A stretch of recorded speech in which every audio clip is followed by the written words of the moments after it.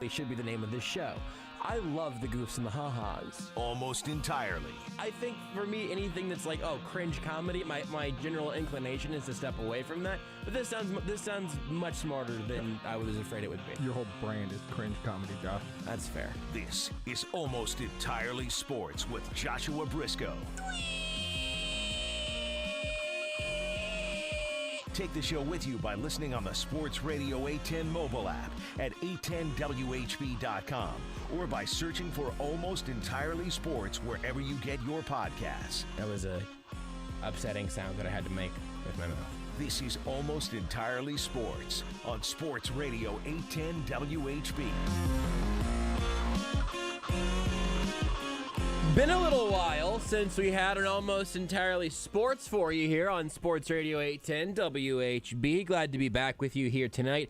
I am Joshua Brisco, Rudy Salazar on the other side of the glass, and a bunch of stuff to talk about, especially since the last Almost Entirely Sports.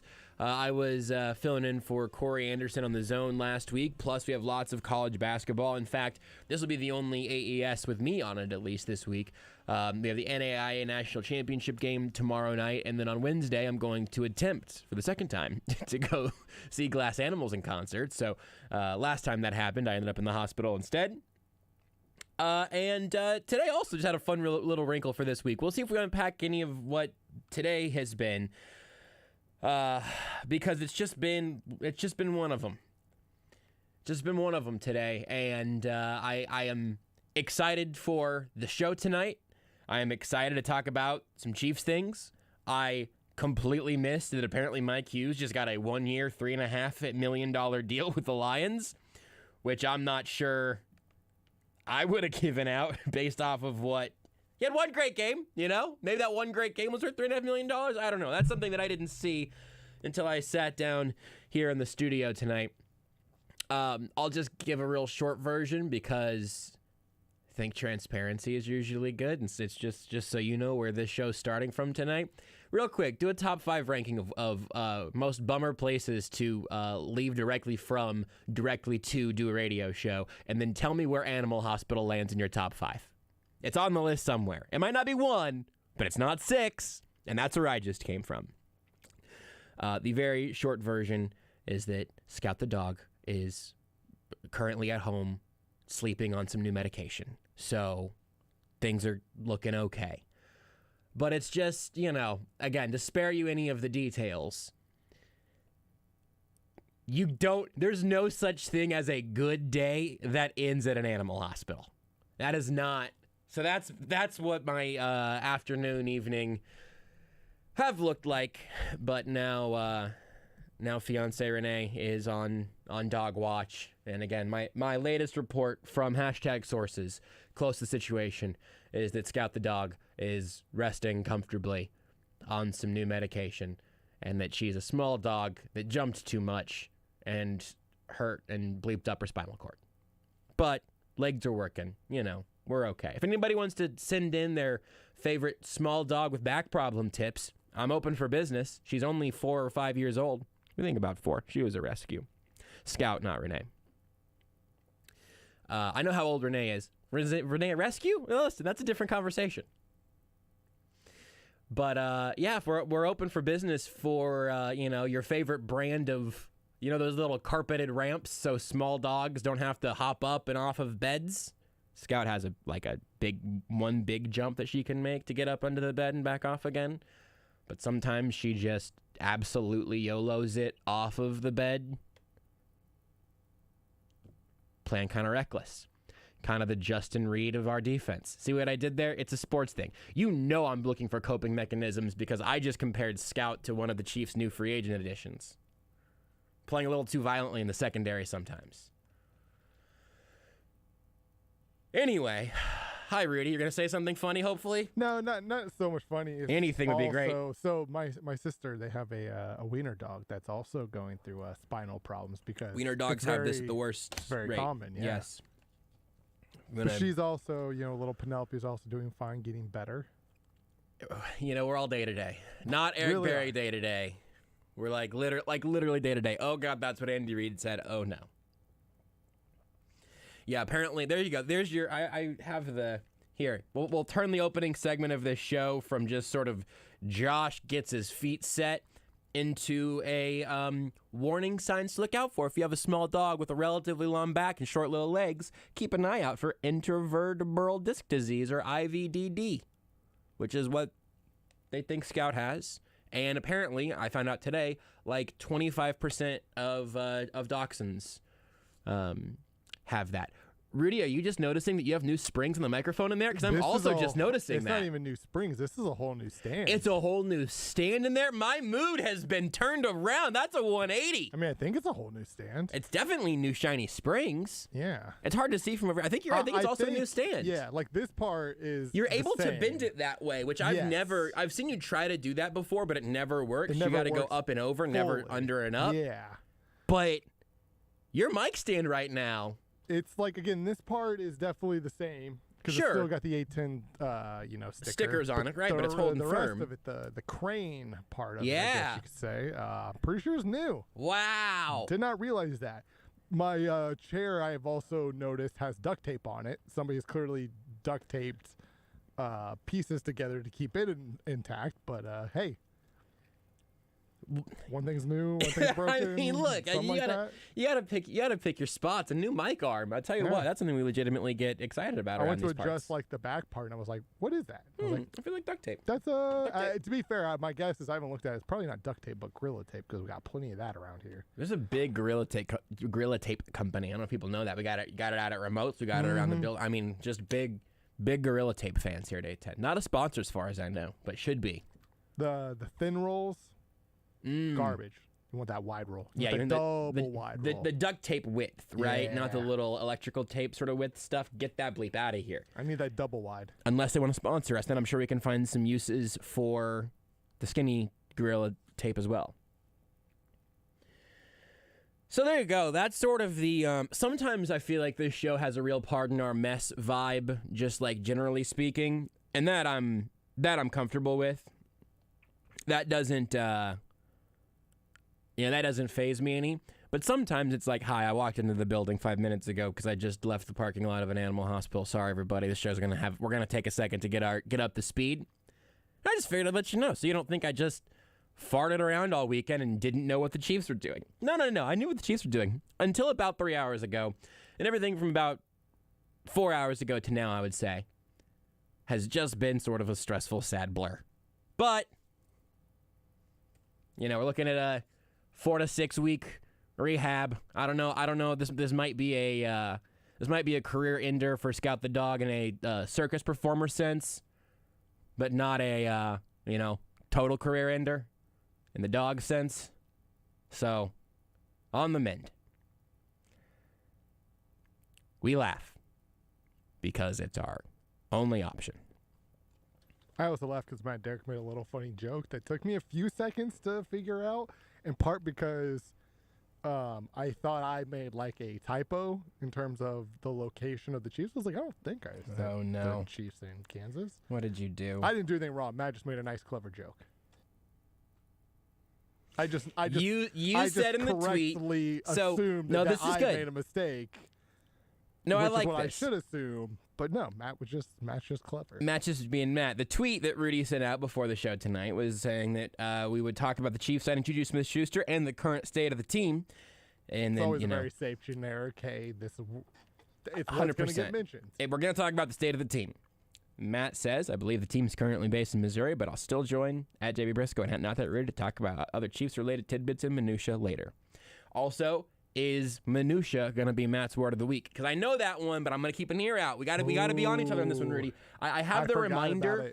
I have the reminder that I set last Monday that will buzz my phone 5 minutes before that segment. It's in my reminders still to be ready for Matt Derrick's word of the week. We got to be on our toes for that one. Chaotic Warrior says he definitely also checked for a mistake once he saw Matt's country. And again, like it's understandable. It was my first thought as well. Okay. So, think that's the baseline. You hear me crack my knuckles there? That was just sort of stalling, hoping for some noise. We've got JuJu Smith-Schuster.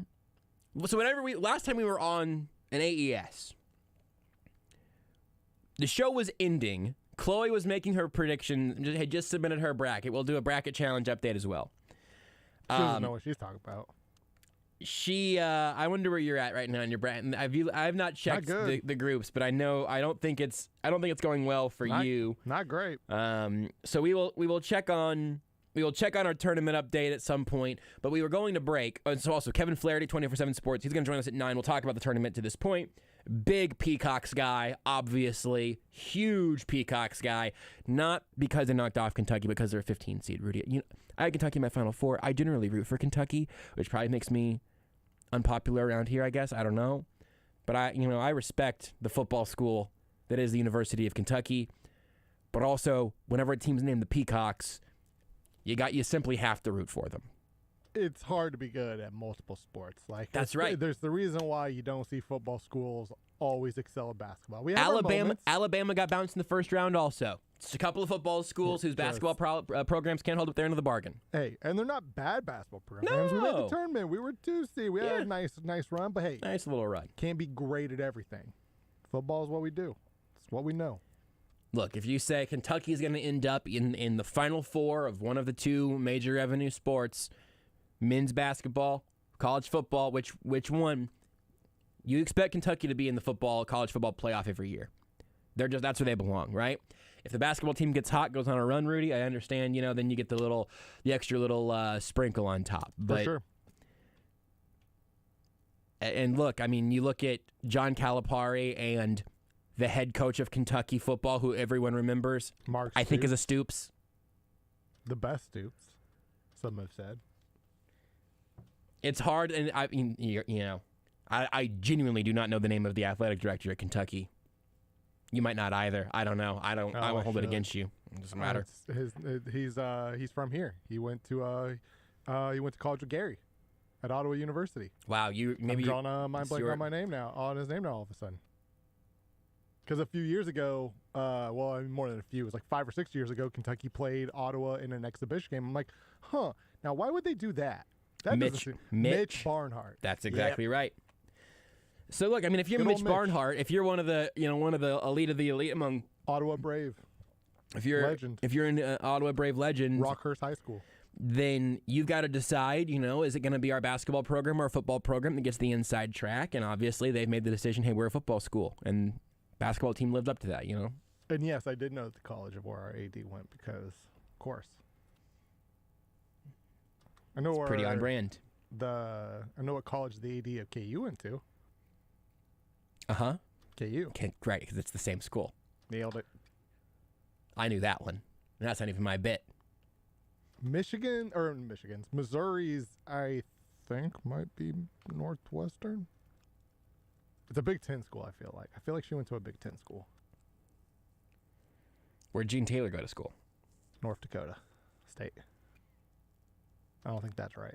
Okay, so you're just having fun with it now. We're just wheeling and dealing. I know he came from North Dakota State. I'm pretty sure he did not go to North Dakota State. Finding the resumes of these people in the middle of a segment, harder than you might think. If you want to prove yourself right or wrong, I'm going to leave that to you. I am not going to be stuck on a Google searching where college athletic directors went to college. That will not be my play today. We'll talk to Kevin Flaherty about all sorts of things basketball at 9, and then our friend Matt Derrick of Chiefs Digest. He'll be on at 8 for apparently some word of the day to talk about the state of the Chiefs that he does believe is still Missouri, and JuJu, Justin Reed, the Frank Clark restructuring. Obviously, a lot of things that we've been able to talk about some across the station, but not necessarily here on this show. And so there's a lot there of what happens next for the Chiefs. Are they going to make a move at edge? Daniil Hunter. Not Daniil Hunter. Zadarius Smith appears to be going to Minnesota, which, Daniil Hunter presumably on the way out there, right? So that's a little bit interesting. Did Daniil Hunter get moved? Am I an idiot? I don't think so. I don't think so either. But Zadarius Smith tweeted the Purple People Eaters thing. Well, are they going to... This is one of the things that I would have probably looked into in the hour before the show, that I was really going to do some very purposeful show prep, and then instead spent that hour at an animal hospital. See, this is why I tell you the truth about things like this, so that I have an excuse that you cannot hold me accountable for. Also, I nailed it. Missouri's AD went to UCLA, just like I said. Just like you said. Gene Taylor? Arizona State. Nailed it. I feel like I'm about to find out that Travis Goff went to, like, Ole Miss. Rockhurst College. Well, so Daniil Hunter got his roster bonus in Minnesota. But I think unofficially they're getting Derrick Smith as well, right? See, again, you could say, Josh, how do you not know this? Why are we not prepared for this segment? And I would say, do you want me to do show prep from an animal hospital waiting room? Boom, checkmate. I win. That's a win for me. Also, Matt Ryan is a Colt, because of course he is. I mean, that one's perfect. That one. Didn't the Falcons have to pay like $40 million? $40 million dead cap. Although I did see somebody looking at, like, they had basically, it's no dead cap next year for him, and they had gotten him at a good value these last couple of years. So, I mean, I don't know if anybody has realized this, but the Falcons are going to be pretty bad this upcoming season here. Tom Brady retired just in time to see who they have at quarterback. Yeah, baby, Marcus Mariota's back. I did see that. I was in an animal hospital, and that made me sadder. Hold on, did you say Zadarius Smith or Daniil Hunter tweeted the Purple People Eater thing? No, Zadarius Smith tweeted the Purple People Eater thing. I'm not seeing it on his Twitter account anymore. Okay, this was like 2 hours ago, and we know how things change. Am I on crack? Do you want me to answer that? No, I'm not on crack. I'm on dog spinal cord medication. See? You cannot snip at me. Anyone listening. I have the sad aces. Yeah, Zadarius Smith tweeted "meet at the quarterback," which is a Purple People Eaters reference. Oh, gotcha. I thought you were saying he tweeted Purple. No, so everybody was saying, "Oh, it looks like Zadarius Smith is going to end up going to Minnesota," but there was not a Daniil Hunter move. In fact, he actually got his bonus. So I don't know. It doesn't appear that either of those guys are going to be Kansas City Chiefs in 2022. We'll ask Matt Derrick about that at 8 o'clock. There you go. We'll figure out everything else around that. There's a handful of things today that I think are pretty interesting. What I want to do, though, is go ahead, Rudy. Never going to get a Kentucky Wildcat on this team. No, it's never going to happen. It's just never going to happen. No. Well, hold on. Do they currently have a 6'1" corner that's projected to be like a mid-day 3 pick? Mark Stoops likes his corners a little tall. Lonnie Johnson, we're talking 6'3", 6'4". Can't be that good though. Can't be that good. All of our guys are great. So. Gotta have one of those guys tank their value. All of our guys are fantastic. Not this year. No, we don't in the draft this year. Okay. Well, so yeah, you're right. You're gonna have to keep waiting. There's a safety, Yusuf Corker. What's his name? Yusuf Corker. Corker. Yep. Corker. Barely know her. This is what doing 4 days of the zone will do to you. I hear Rudy say Corker, and I just can't help myself. Understandable. I'd say that it rubbed off on me, but then I'm afraid that would end up in a clip on the zone tomorrow. Nobody's listening.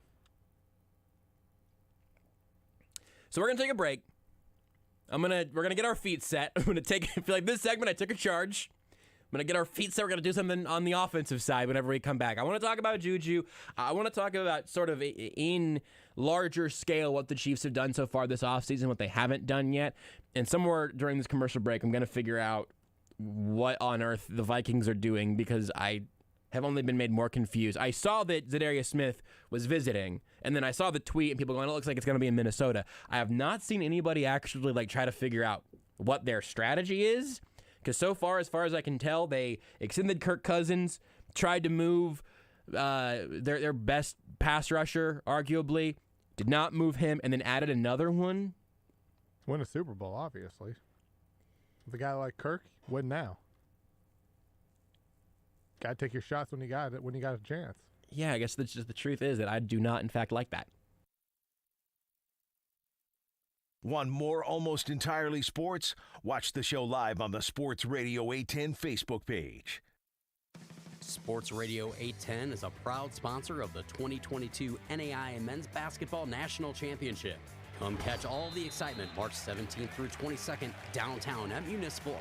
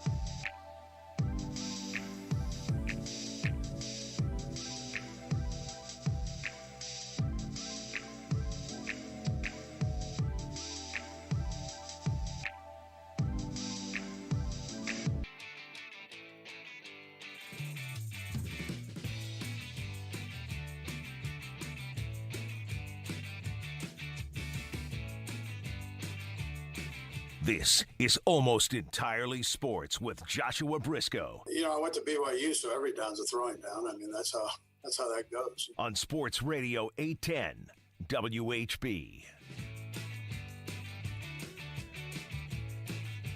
Just hit me also that we have not talked about Deshaun Watson in any way, shape, or form on this show since that all happened.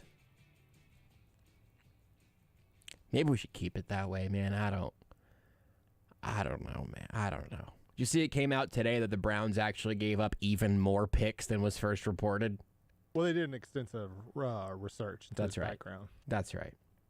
I don't believe any of the victims were talked to, but it was extensive. No, Tony Busby said he was not spoken to from the Browns. Every stone was upturned, unturned, overturned, except for those 22 stones. Right. They're different stones. Yeah. The one thing for the Browns that I will say, and then they can move back to talking about the Chiefs again, is that, Deshaun Watson down, just strictly from a football perspective real quick, Deshaun Watson's contract becomes incredibly expensive after this year when he may be suspended for portions of his incredibly cheap contract, where that first year is incredibly low as a cap hit. Totally not because he might get suspended and lose like a few grand per game, as opposed to the millions he could have lost over a longer suspension on his previous contract. Not because of that, because it was just coincidence. But when this cap hit does get a whole lot higher down the line, probably could get those 22 women on veteran minimum deals and fill an entire roster just with Deshaun Watson and 22 of his accusers. You could have 21 other starters there and a kicker/punter. Team chemistry might not be great. Well, you know what? It feels like 22 of them have something in common. Fair. It feels like one guy might be the problem in that team chemistry. Feels like it is one guy who's the problem on that chemistry. I know the kicker they can have. Is that an Urban Meyer joke? Because that there's a story handful also, of jokes. boy, tell you what, you want to just keep talking about bad people getting rewarded with great deals, which is generally my take on the Deshaun Watson thing, whatever. We might make more time for that at some point. You know what, first of all, quick timeout, interjection. If you haven't read the Urban Meyer story in The Athletic that I think came out this morning or yesterday, you should read it. DJ Shark is just like, yeah, F you guys. Like he's named in it. You get some like sources, and then I got halfway through, like, wait a second, I've seen Shark a lot. Oh yeah, he's just talking? Awesome. Fantastic. Here's my one serious thing on Deshaun Watson, and this show might get real, I don't know, we might get real serious somewhere in the 8 o'clock hour. I don't know. There's a whole other thing that I want to talk about in a genuinely helpful way. Let me do my best.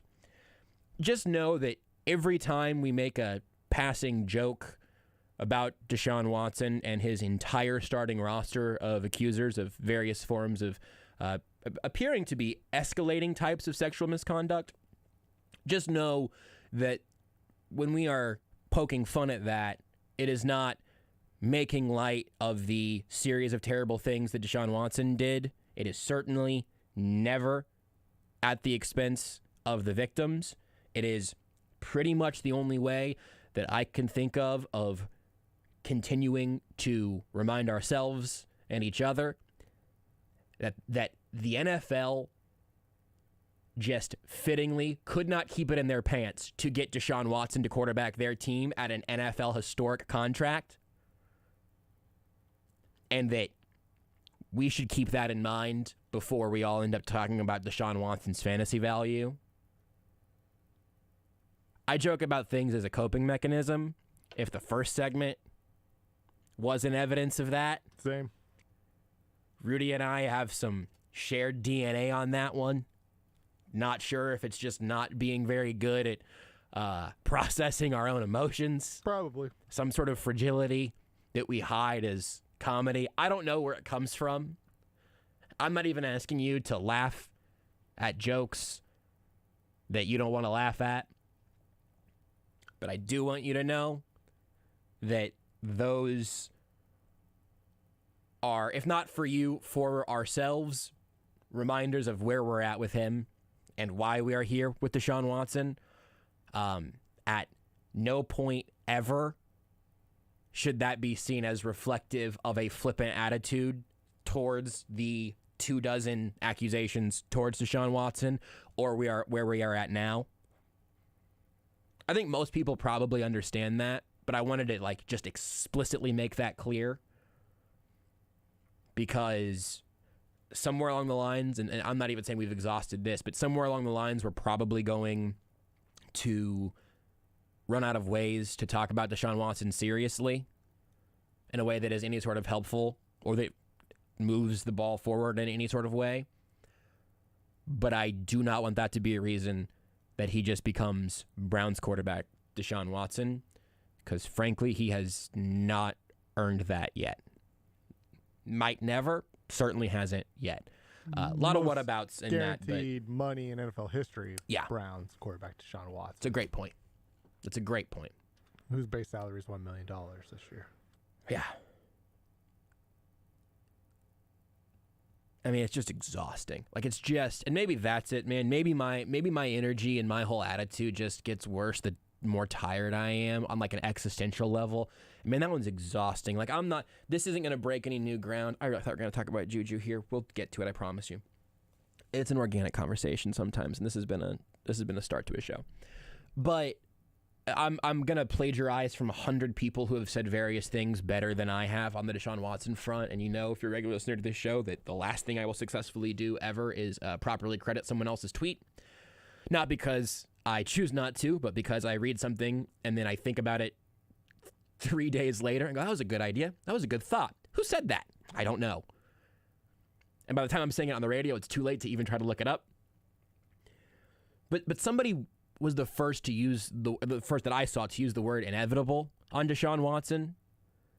I think that is among the things about it that just feel so repulsive. There was not a question of, will he be allowed back into the league? Will he be brought back as a starter right away? What will he have to show teams? What will he have to say or do publicly to get back onto a roster where he is active on a weekly basis?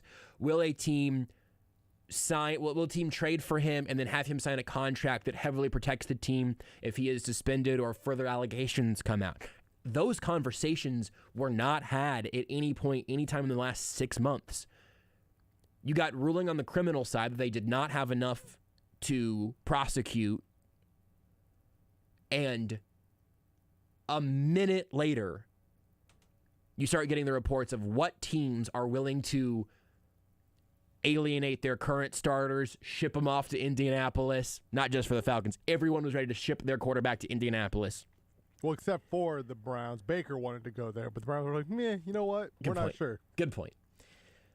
Everybody was ready to take the quarterbacks that they had and to toss them aside because 22, and again, this isn't 1 or 2, which should still be taken seriously, but does not come with the same weight as 22 civil suits, at least one more allegation where the woman did not even press civil charges, from the piece that Jenny Vrentis wrote in Sports Illustrated a while back. If you want to look that one up, it's a good place to start. Someone who has nothing to gain, is not going public, is not looking for money or anything.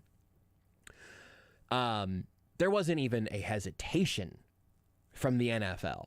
And you get the Browns saying, oh, we did all this extensive research. And then you hear, I wonder if I credited the wrong lawyer on that also. I get Rusty Hardin and Tony Busby mixed up. Rusty Hardin is it was Tony Busby. Tony Busby is the one representing the women. Yeah. Rusty Hardin is the one representing Watson. And Busby said that the Browns did not reach out to him. Presumably, none of the women were directly contacted on that. So I don't really care about what the Browns are saying about their extensive research in this case. But it wasn't even a question. And again, these are all apples and oranges. But like, you want to talk about drafting Tyreek Hill late in the draft? We're talking about 24 allegations, the largest guaranteed contract in NFL history, the face of your franchise, and something that I hope that the Browns as an organization are left to wrestle with from here on out as the team that was willing to sell their soul to upgrade from Baker Mayfield, a fine quarterback, to Deshaun Watson, a quarterback with a much higher ceiling that also last time we saw play, his absence only cost the Texans 1 win, I believe, over the course of these last 2 seasons. 1 extra game also, so a win and a half or something. There was no hesitation. There was no doubt the teams are going to fawn all over themselves to get Deshaun Watson. For me, the fact that there was not even a question is one of the things that really sticks with me, and I think will continue to for a while. Yeah, I obviously wasn't surprised teams were interested because I expected a team to be interested. I was surprised that a team had to give up what they had to give up, considering just the leverage, I guess, that any team looking to acquire Deshaun Watson had. And then Cleveland was like, no, we're good. And then not only that, because again, like, you know, I understand, and part of this is just accepting I know what the NFL is, and I know the reality of the situation in the NFL, right? So, like, in my head, I can come to terms with an NFL team wanting Deshaun Watson and trading for him. But then to immediately reward him with a new contract before his extension had even actually happened yet. He had never. He signed an extension a couple years ago. He never actually played under it because the Browns were like, you know what? We're actually going to reward you with more money because and that's the type of leverage he had. All guaranteed. Yes. And we're going to restructure it in a way that you don't lose anything. If you are suspended for an enormous chunk of this first season, it will not matter. There's something to be said about the cap stuff there. I'm absolutely not gullible enough to say that the outrageously low first-year number, especially if you're preparing to not be that great this season while you wait for Deshaun Watson to get back, I think that's silly. But right, you got the reports that the Browns were out a couple days before the trade ended up happening. Yeah. It was Falcons and Saints, and apparently Deshaun Watson put out there that he wanted the best roster. Well, he only went to Cleveland for football reasons. For football reasons. They're clearly in a spot to win now. I mean, not now because Deshaun can't play now, but and not soon because the draft picks are gone, right? But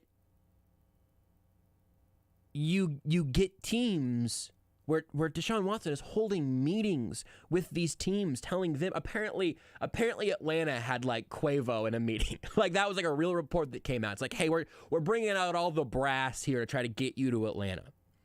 The Browns ultimately said, so we're going to give you all of this money guaranteed.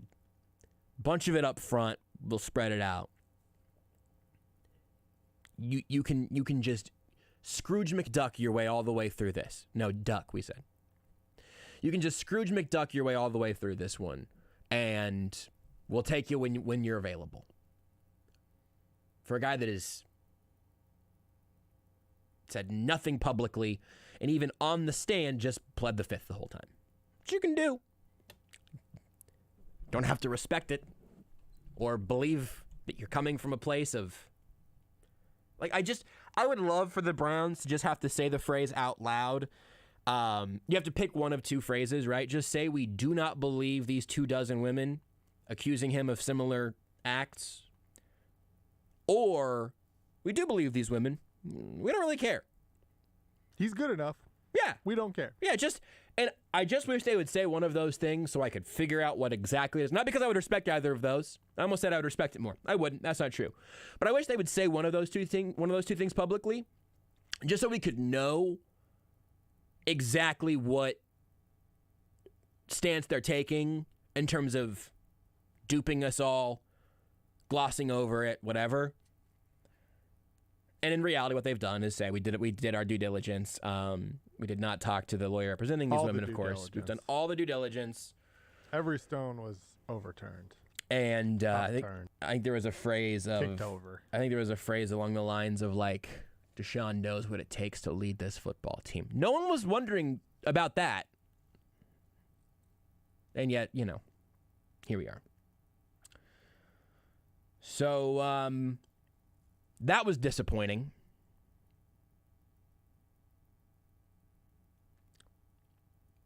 Why don't we take a break now and then come back and talk about JuJu Smith-Schuster? Something I'm much more excited about. I didn't really realize that apparently a lot of the, a lot of like prevailing concern around JuJu is like injury stuff and maybe some questions about the specifics of his ceiling and whatnot. I actually am really excited about this deal for the Chiefs. I would love to be excited about something that I think is genuinely good. I'm going to do my best to do that whenever we come back. And if something happens during the break, we know that nobody's being held accountable for any of their mistakes. So, or their, actively unhelpful actions. So I don't know. Yeah, somebody wants to tweet out that I don't know, Carson Wentz just went to space with Jeff Bezos or something, then we're going to have to talk about Carson Wentz going to space with Jeff Bezos whenever we come back. I can't control the next few minutes. I can barely control the few minutes that come after that. Did you know you can listen to Almost Entirely Sports anywhere, anytime? Well, you...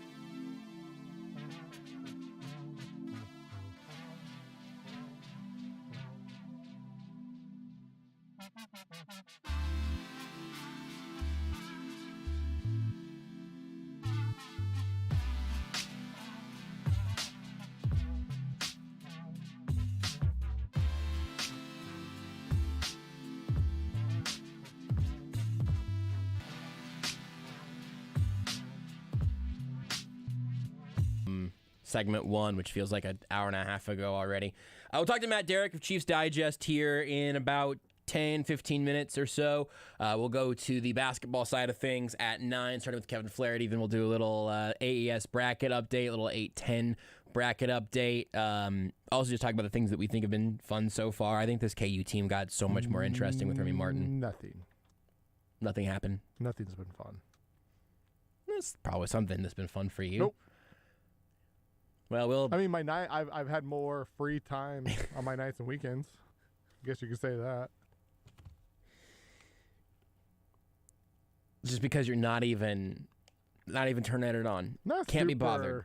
Interested. No, to be fair, I had a busy weekend. My Uncle Brian's in town from California, so I was hanging out with the family. So I wasn't dialed into many of the games. But yeah, I've definitely lost interest, you could say, in the tournament as a whole because something happened. I just double checked, by the way, in our like sort of upset weighted bracket. Not good. Not last, but not good. You're doing good. So you're in second to last. Yep, not last though. Ahead of Frank. I am second behind Jed. Both of us big Iowa Cyclones guys. Yeah. Iowa State. Did I say Iowa Cyclones? Yeah. Sorry, everybody. I know the difference. I just misspoke. I mean, I'm doing better than the Godfather of sports, so apparently I know something. Let's talk about JuJu for a minute here, okay? Here's where I'm coming from. I'm pretty sure I said somewhere, on some platform somewhere, that of this crop of free agent receivers, that JuJu Smith-Schuster would have been my preferred signing. Now, I was thinking in terms of a multi-year deal. Chiefs have JuJu on a 1-year deal that's super interesting for some reasons that I'll circle back around to.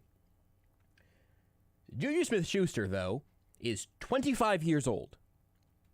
He is younger than Amari Cooper, Allen Robinson by 3 years, Tyreek Hill by 3 years, Jarvis Landry and Odell Beckham by 4 years. He's younger than Calvin Ridley, obviously not currently available or currently playing. Calvin Ridley is 27. JuJu is 25. Now, we did Sunday Sound Off last night over on KSHB 41. I really enjoyed doing that show. Did it with Seren and Ali Trost. And both of them and Mick even kind of all put out their concerns about JuJu from a health perspective. Frankly, wasn't something that I'd even realized was going to be kind of a major talking point around JuJu. He missed a handful of games in 2019, and then he missed basically all of last season with a shoulder injury after Ben Roethlisberger tried to get him killed over the middle. I don't look at that as Sammy Watkins hamstring, foot, hamstring, foot. I think those are I would put those in different categories. I would say that JuJu has had a couple of major injuries a couple of years apart. I have not been at any point concerned about that. Here's the other thing. If he does get hurt, this deal's worth about $11 million. Well, about $7 million of that is reportedly in incentives, closer to $7.5, I think. There's a fun trick with that, by the way, so real quick salary cap lesson. When you have incentives in a contract, they're either likely to be earned or not likely to be earned, and that is based off your previous year's performance. So if JuJu Smith-Schuster has catch incentives, they're going to be not likely to be earned because it's going to be more than 15, which is how many catches he had in the regular season last year because of the time that he missed. What that also means is that not likely to be earned incentives would roll over to the next year's salary cap, so you don't have to quote-unquote pay for space that is quote-unquote not likely to be earned. Does that make sense? If one of his incentives is have 10 receptions, then that would be space they'd have to hold out on this year's cap. I would hope that would be likely. And that would definitely be likely. But 16 would not be likely based off of this particular structure because he only had 15 catches last year. So then that money, they could basically have JuJu on a deal that maybe they think he hits $6 million of these incentives or $5 million, and his final deal ends up being 8.5 or something. Well, if those are all not likely to be earned incentives, if there's an incentive for a Pro Bowl or for a playoff win or whatever, those would all be not likely to be earned because that's not practically judged by someone making these judgments. It's just based off your previous year's performance. So anyway, this contract has a fun little loophole in it that might have them paying for 1 year of JuJu over 2 years. That's not always great. They did that with Frank Clark just now. Also on a salary cap side, they're basically paying Frank Clark a tiny bit extra money this year as opposed to cutting him outright, but basically $6.5 million in dead cap space next year would be sticking around. I'm rounding off some edges here to tell you that the Chiefs are basically keeping Frank Clark for about $6.5 million next year. The Chiefs are paying with credit on some of these guys, basically. Also, though, for the specifics of JuJu, a couple of things, and we're not going to have a chance to talk to Seth this week. Seth Kaiser, Chief of the North Newsletter, has a great film review on JuJu up there now. I'm going to steal a couple of things from him and tell you to go check that out. mnchiefsfan.substack.com. JuJu Smith-Schuster has been 10th in the NFL in yards after the catch since entering the league in 2017, even while missing some of that time. He is fabulous in space, fabulous in those short intermediate zones, and especially in literal zones. Seth took a look at some of the ways he varies his speed working through zones. It's an art form. He is a type of body this group does not have, other than, I guess, maybe Josh Gordon, but he's virtually half the age of Josh Gordon in football years at least. He is not a downfield burner. He does not have the speed and the twitchiness of Tyreek Hill or even McCole Hardman, which is fine, because the Chiefs have Tyreek Hill and even McCole Hardman. We saw, this is something else to talk to Seth about, we saw the evolution of Tyreek Hill this year in a way where he became somebody who could do more of the short intermediate zone stuff, where he became more of a possession receiver. Put JuJu in the slot, or you can even split him out wide if you want, but as a slot receiver, it seems like he's got even more potential there. Let Tyreek Hill do literally whatever you want, because he can do everything. Maybe the Chiefs have finally found the role for McCole Hardman as they appeared too late in this last season. And let JuJu be the reason that teams cannot key in on Tyreek Hill and Travis Kelce, and that can punish them in the middle of the field in those short and intermediate areas of the field. You want to try to compete against a defense that has two safeties way deep because they're trying to keep everything in front of them? How about JuJu Smith-Schuster eating your zone alive and then, without fail, breaking through an arm tackle and picking up 6 extra yards over the middle? I think this makes a ton of sense. Rudy, you seem like you had something. Give me your hot take. I mean, again, like I think I said about this time last year that I thought JuJu was just going to essentially be the next Tyrann Mathieu, where it's like, yeah, the Chiefs this was clearly always going to happen, in my opinion. This marriage was always eventually going to happen. I think it would have been a longer deal if he just hadn't gotten hurt this last year, right? Because I think he would have been a good receiver. Yeah. He got hurt. That's why it's a 1-year deal, which I think benefits the Chiefs. And if he's good, you resign him. Also, still go draft a wide receiver.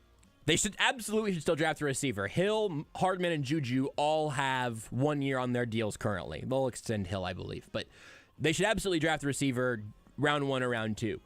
My hot take on Sound Off last night is that JuJu is going to have a type of season in Kansas City that's going to make him hard to retain next offseason. I like this move. We'll see if Matt Derrick does next.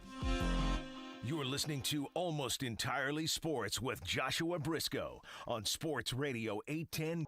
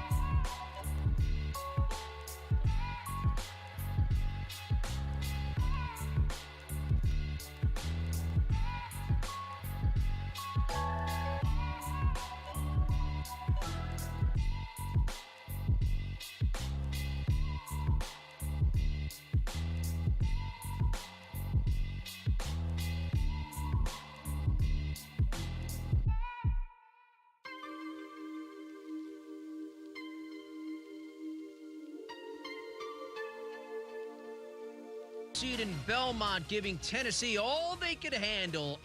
31 seconds to go. The game is on ESPN, and Belmont leads this one 66-64. Finals in Notre Dame. This is a 5 over a 4, 44 better than Oklahoma, while NC State, a 1 seed, 32 better than Kansas State. Michigan takes out Villanova 64-49. Tourney coverage on ESPN, ESPN2, and ESPNU. NBA, LeBron has 34th quarter. Lakers leading at his old stomping grounds as they are up 113-105 on the Cavs. Quarterbacks continue to find new teams in the NFL. The Falcons dealing Matt Ryan to the Colts for a third rounder in April's draft. Ryan will be the Colts' 7th different Week 1 starter in as many years. Falcons quickly signing Marcus Mariota. Adam Schefter reports 2 years, $18.75 million on that deal. Jameis Winston re-ups with the Saints. That's 2 years, $28 million. 21 of which is guaranteed. And the compensation for the Deshaun Watson trade officially revealed. It's Watson and a 6 to Cleveland, 3 first-rounders in the next 3 drafts, a 3rd and 23, and 2 4s go the other way. 3-time Masters champ Phil Mickelson will not take part in next month's Masters, marking the first time since 1994 he will not compete at Augusta National. Meantime, NHL trade deadline today. The New York Rangers deal for forward Andrew Kopp as well as defenseman Justin Braun. Keyshawn, J. Will, and Max. The Cleveland Browns successfully trading for Deshaun Watson. Carries a lot of weight that the fact that the trade value was not affected by 22 accusations. More from the guys Tuesday morning starting at 6 Eastern on ESPN Radio and ESPN2.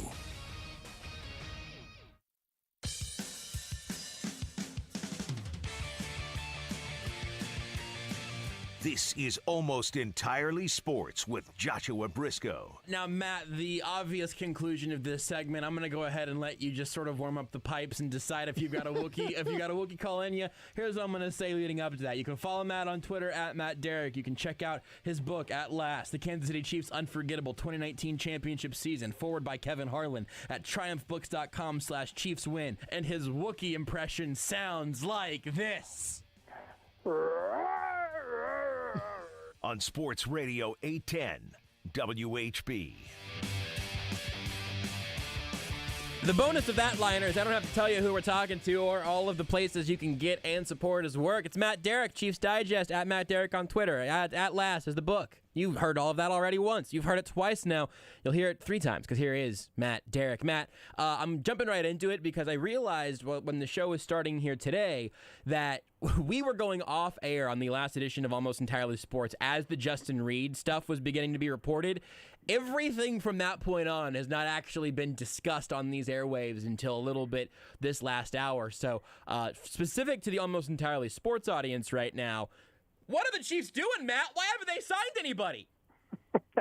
What? They haven't signed anybody in 3 days? Yeah, no, that's the truth of it, I suppose. I don't know if there was anything from a introductory press conference or anything that did anything for you, but we just finished talking a little bit about JuJu Smith-Schuster, and I guess I didn't see this one coming, but I feel like there's a little bit of negativity around like his injury issues. 2 different injuries, though, over 2 different years, an entire year apart. I'm not that stressed about it.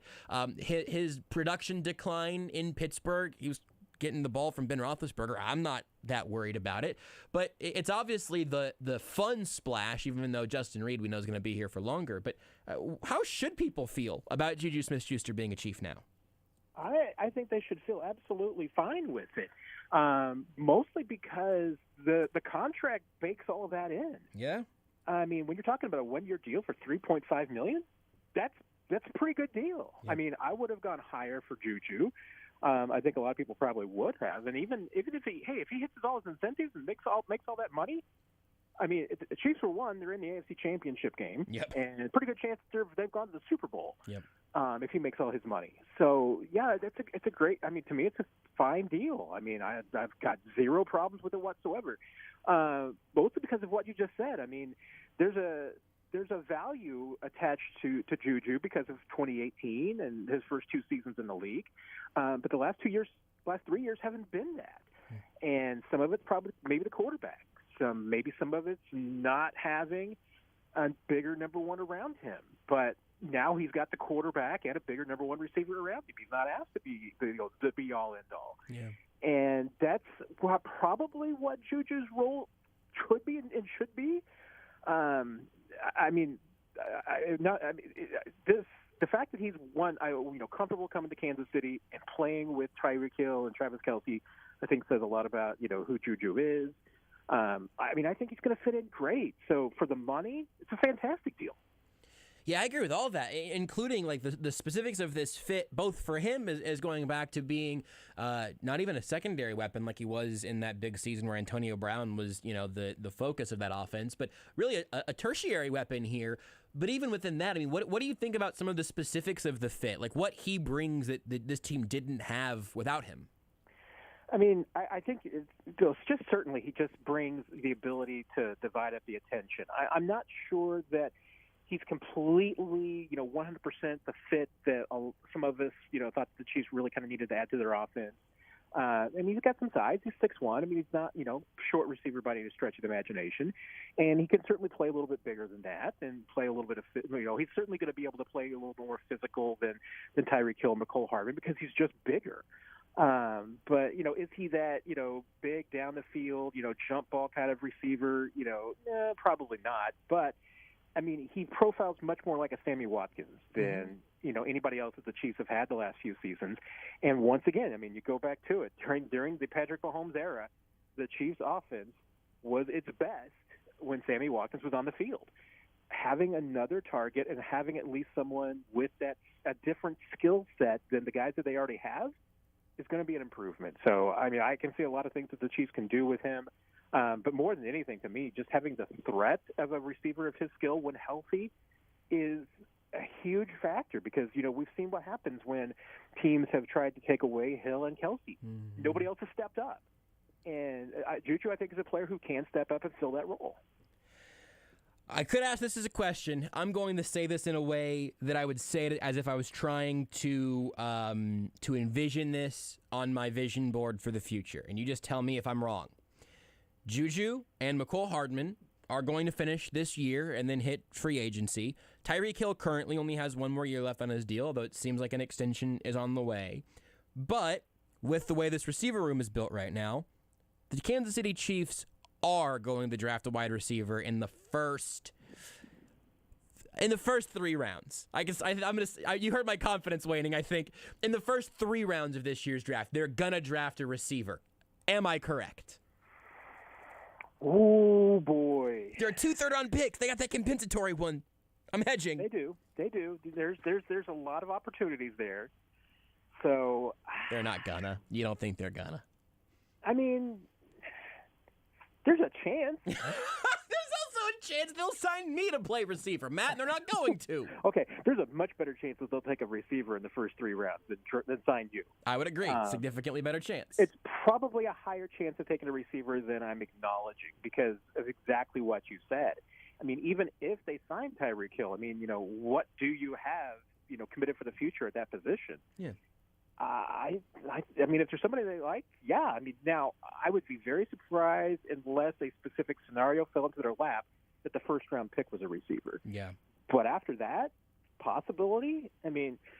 I still think they probably have to look really hard at corner and a couple of other positions. But no, the right players there.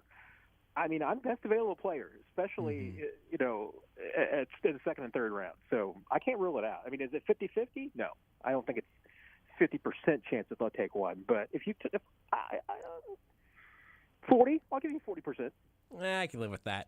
I'm going to circle back on edge because I think that's where most people are on right now is edge.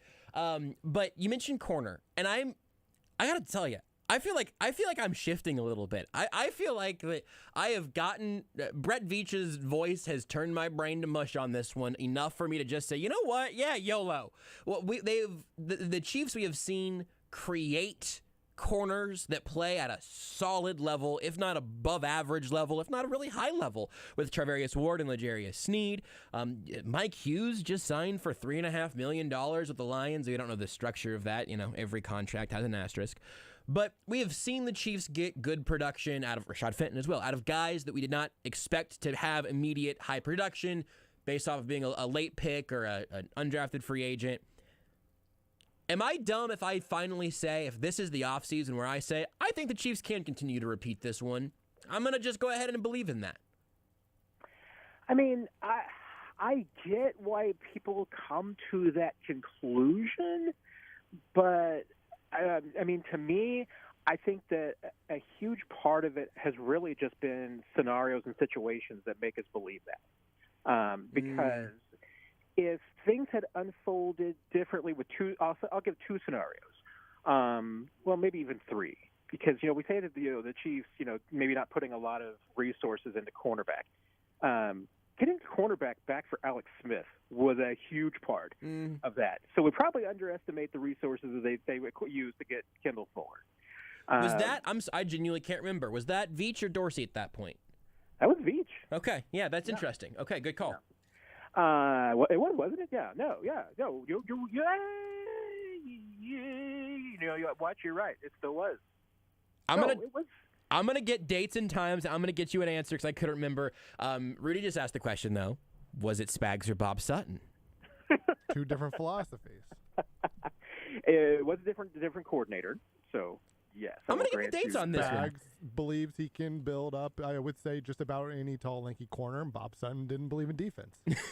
Brett Veach's favorite type of corner is a lanky, underdrafted guy they can mold, and Bob Sutton's favorite type of corner wears number 50 and is a linebacker. There's that. Okay, now we're getting beyond my memory issues. Our memory issues. Our memory issues. Kendall Fuller was a Chief. I know that the Chiefs were interested in Kyle Fuller as well as free agent, and they wanted to sign him badly if the Bears had not put the transition tag on him a few years ago.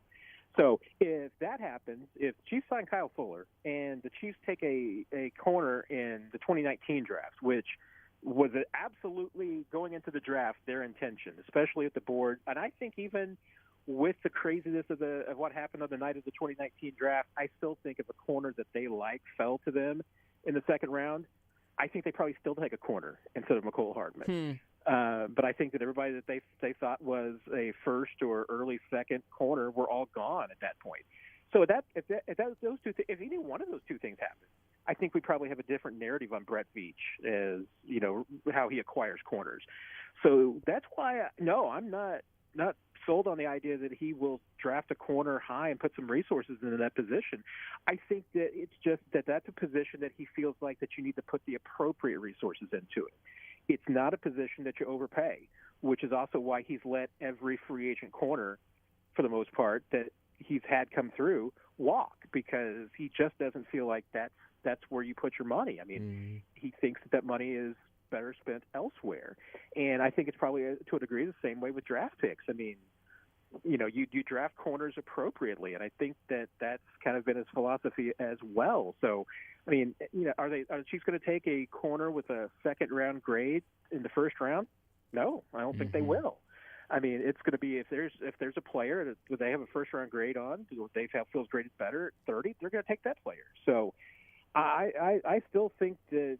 I mean, my likelihood of the Chiefs taking a corner with their first 3 rounds, still probably higher than receiver. I don't think that Brett Veach is afraid of that. That's interesting. Yeah, he was hired in July 2017. That Alex Smith trade was in January 2018. So you are right, and I just don't remember things that long ago. I barely remember that the Chiefs existed in 2018. So. I think that's interesting when you say, hey, it's situational over strategic, I suppose. But I do think on a larger scale, whenever you look at where Veach has drafted, you look at, you say they're not going to draft a third-round corner in the second round or a second-round corner in the first round or whatever, which, I think sounds just fine by me. But my immediate thought there is, well, if the rest of the league is valuing this position in a certain way, you hope to be able to find pockets of value somewhere else. If you're valuing a position, if the rest of the league is valuing a position higher than you are, or differently than you are, you want to be able to find where they're missing and what you're getting right. But what I think is an interesting reflection of that is what he has invested in, and you look at the high draft picks, And you look at Nick Bolton and Willie Gay, and you look at Clyde Edwards-Helaire and even Creed Humphrey, and, spending a lot of money on Joe Thuney. I don't think I can make my take into this pretty easy, but I don't think it is a hashtag take to say that the Chiefs value linebackers and running backs differently than the rest of the league in a higher than average sense, right? I mean, you could say they had, they went best available, and Willie Gay and Nick Bolton and Clyde Edwards-Helaire and Creed Humphrey were all higher on their draft board than anybody else. That might be well and true, but teams have to be adjusting for positional need in that math, right? So I don't know. I think there's something interesting to unpack in there, and I don't know the best way to do it. Well, and I think that conversely, we probably have a bit of the other side about how that we maybe perceive Brett Veach's value of certain positions, because I think we overrate probably his value about resources into the running back position because of the Clyde Edwards-Helaire pick, which again to me was circumstance. I mean, that was a draft pick that the Chiefs felt like they were no man's land. Nobody. I mean, you could certainly argue that Clyde Edwards-Helaire was the only player left on their board that had a first-round grade. That they truly felt. I mean, his value. That he was that good.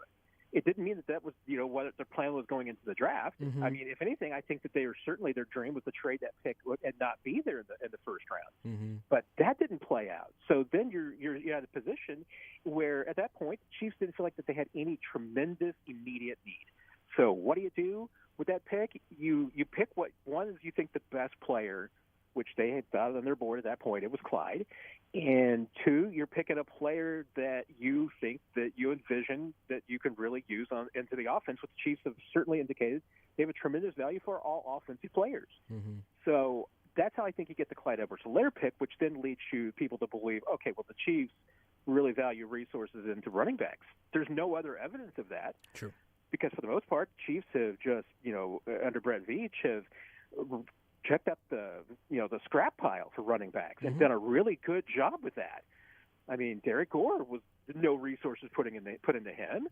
Darrell Williams, no resources put into him, and they haven't been signing these guys to long-term contracts either. Right. But I think that the priority for Brett Veach is always going to be, especially after the Super Bowl loss of the Bucs, it's going to be Patrick Mahomes is always going to have weapons. Patrick Mahomes is always going to have an offensive line. If we have to, we're going to overpay for a pass rush, and everything else just you find where you need it.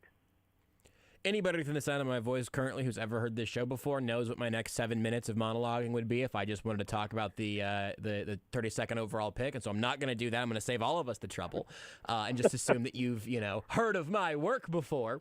But you say the phrase "overpay for the pass rush," and you can, if you want to weave in what you think is interesting about the Frank Clark deal here. I don't know why I switched those words around.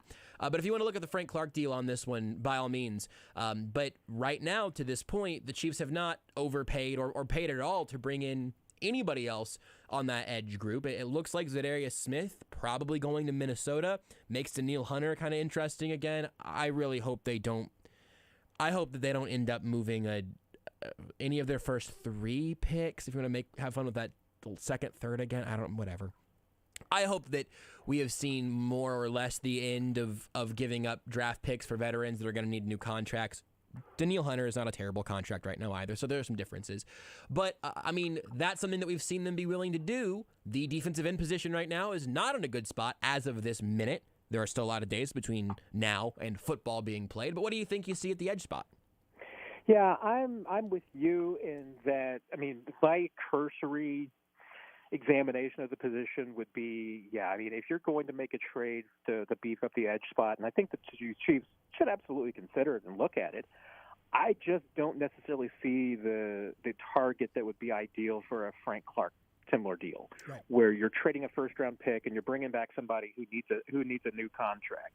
To me, that pool of who you're looking at, who's going to be free agents next year, and who you'd have to offer to, I just don't see a great target. I mean, now if there's somebody out there that the Chiefs find that maybe has underperformed in their initial home, and maybe it's somebody that it's a recent draft pick. I mean, that's where the Chiefs have always kind of explored.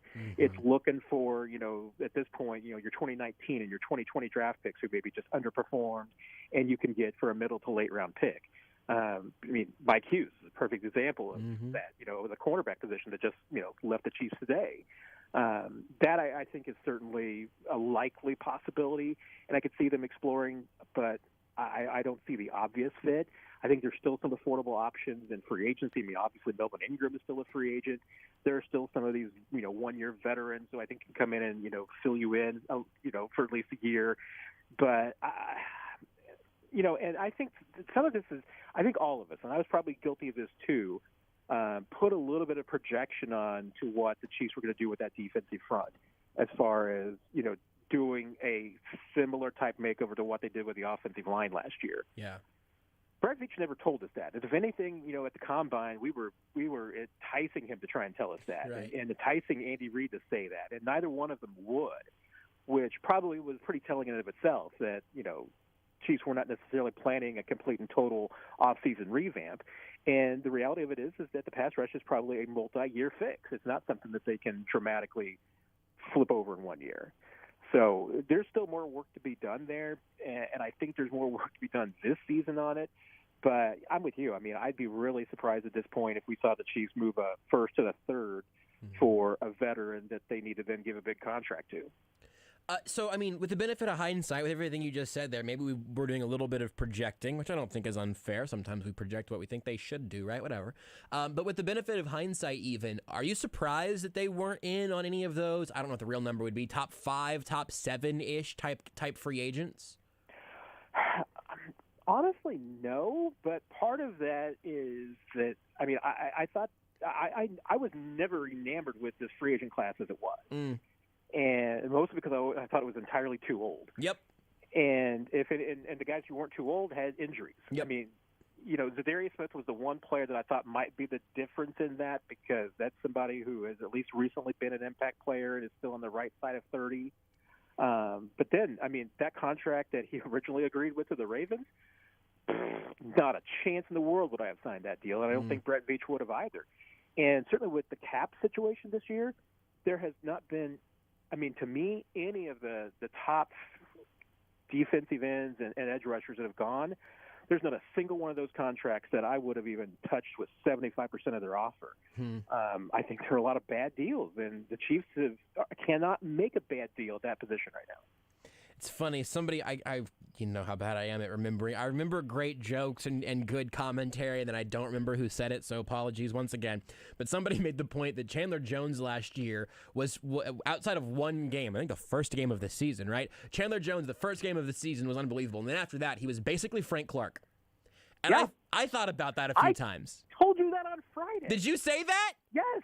Well, Matt, it was a great point that stuck with me through the weekend, because I did remember it. I just forgot you were the one that said it. And then I had to look it up, and I did see that Chandler Jones actually did have more sacks in the last 16 games of the season than Frank Clark, but it was close. You know, I wasn't just doing it to flatter you, because I wouldn't have said it if I would have said you said this, but I genuinely could not remember. This happens all the time, man. I don't know if you have been the subject of it very often, but literally on like a show-to-show basis at this point, I say the phrase, saw this really good tweet, made a great point, can't remember who it was that said it. Now it's too late for me to look it up because I'm saying it out loud, but blah, blah, blah, blah, blah. And so for you, I just did it to a thing you said in real life. My memory is so bad that once I said something that I couldn't remember who said it, and it turned out it was me. See, that's next for me. That is absolutely next for me. I'm going to do that at some point in the next 3 weeks, I'd imagine. Yeah. But then, it means I'm just imagining conversations with myself, too. So that's and talking to yourself is not a problem until you start talking back. I tell you what, man, I've only started doing that more, I would say, in the last 6 months. So I'm not sure there's a path around that one way or the other. I started at about 5. Yeah, Rudy has some. Rudy's got some stuff to sort out. That's why I got into this industry. It's like, hey, I'm good at talking to myself, but that I'll tell you what, man, that is basically what this job is at times, right? Like, you get a guest in, you got Rudy dialed in, whatever, that's fine. But you get yourself, during the pandemic, especially the peak of the pandemic, sitting at home, it's just straight talking into a microphone and hoping someone's listening. That's basically what talking to yourself is, just about hot sports takes, and you have to hit commercial breaks at the right time. Podcasts are there for a reason, Josh. Yeah, that's really what it is. Sometimes podcasts are just there for working out things. Yeah, that's beautiful. Sometimes podcasts are just there for working out things. I'd like that on a pillow. Let's go ahead and Rudy, you mark that and add that to my things I'd like cross-stitch on a pillow folder. I was gonna say I want it like cross-stitched into like a frame that you hang up like in your bathroom. Yes, yeah. I would love that. You have a hobby in the vein of cross-stitching? Do I have hobbies? Yeah, any hobby. I used to. I'm trying to think if I have any hobbies now, because what do I do in my free time? I binge watch things. What's a hobby that you used to have that you don't really have anymore? I mean, what are my? Maybe that's been my problem. I've never had a good hobby. Wow. I mean, I play games, but I don't know if those are hobbies. They seem like just distractions. What kind of games? Hobbies. A lot of hobbies are distractions. What kind of games do you play? Let's see. Well, my general addiction is usually Civilization. Right. I've been addicted to that for years, so that's a problem. That's a problem. And then I am a big fan of the text sim. Say that again? The text sim. Okay. So, is there a specific example, like as a genre? It is a genre.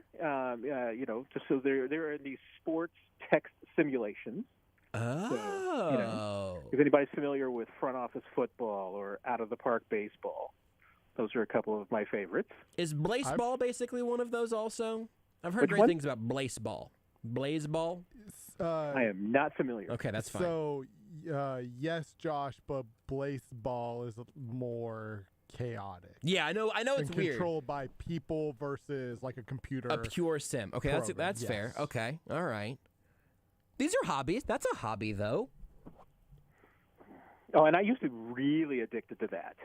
Give me a name of one of the specific names again. My two most frequent ones these days are front office football and out of the park baseball.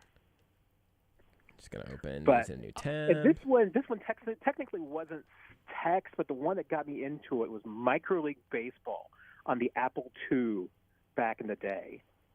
But I would play that, and I would replay entire Royal seasons and keep track of stats and score the games and everything. Yeah, I had a real problem. I'm about 50% positive in the room that I work in, there is an old disc of Micro League Baseball. No kidding? Not a joke. I'm pretty sure I could walk in there right now and find a copy of that. I assume a remake, because obviously the Apple II did not have CD discs, but correct. It was a floppy. Game. It was a floppy. Yep. I am really excited about you saying that front office football is good, because I'm getting some very light for this. Yeah, so I really have. So this is at this point, and I feel like this has only grown for me over the last couple of years. Not only do I understand a decent amount of like NFL salary cap stuff. I'm not saying I'm some wunderkind, but I feel like I got a pretty good grip on a lot of it. Wunderkind. But I was that the word of the day? You don't need a word of the day now. Yeah, no kidding. I think I did it. We had a sound ready for when we were going to guess that you snuck it in, and now we're nearing the end of the segment, and I'm wondering about if it's just simply going to be Wunderkind today. But I really, all of that started for me playing Madden 08 front office mode on PC. I got updated rosters and stuff. I never actually played the games, but I loved doing the actual like front office work. And I feel like I haven't gotten that itch scratch since that stopped updating in maybe 2012 or 13 when I finally gave up the ghost on that one. So front office football is kind of enticing to me. If you enjoy spreadsheets and football, it will be right up your alley. I do largely enjoy both of those things. That's pretty exciting. Matt, one more thing at least here for you. How are you feeling about your Kentucky Villanova final in your bracket? I was at least somewhat encouraged because haven't I climbed up to like the top 30? So you currently are, everyone's tied with everybody, right? You're 22nd in the AES group, tied for 22nd right now. Yeah, that's just a crazy comeback. That is better than Chloe Brisco, Bracketology, Dr. Professor, and Richard Justice the dog. I believe you are You are ahead of Rudy Salazar. You are ahead of Beards McFly. Not a horrible effort here. It's because I have successfully moved myself to the middle of the pack. Yeah. But my Kentucky-Wisconsin Final Four is going to eventually hurt me. Ooh, yeah. Oh, I missed that. Yeah, But- yeah. That's not. But if Villanova runs to the final, Mm-hmm. I'm going to do okay. I'll look respectable. That's all we're shooting for now is respectable. And I think that considering the fact that I probably watched 5 minutes of college basketball this year did not involve Mizzou, which means I only watched about 5 minutes of college basketball. Yep. I'm not sure what Mizzou this year could qualify as college basketball. But Yeah. Yeah. I feel like that's pretty respectable. I think you're right. You basically, and this was the issue with Beards last year, you don't want to lose to Chloe and a fictional dog. Like, you don't want that to be, hanging over your head from here on out. I'm fine losing to Patty from accounting, who Sure. never watches. We're all going to lose to Patty from accounting. Yes. But yeah, I would like to, because I assume at all times that only half of the people who enter a bracket have any idea what they're actually doing. So if you don't finish in the top 50%, yeah, that's a problem. That's the cutoff. Do you have a hot Dennis Gates take?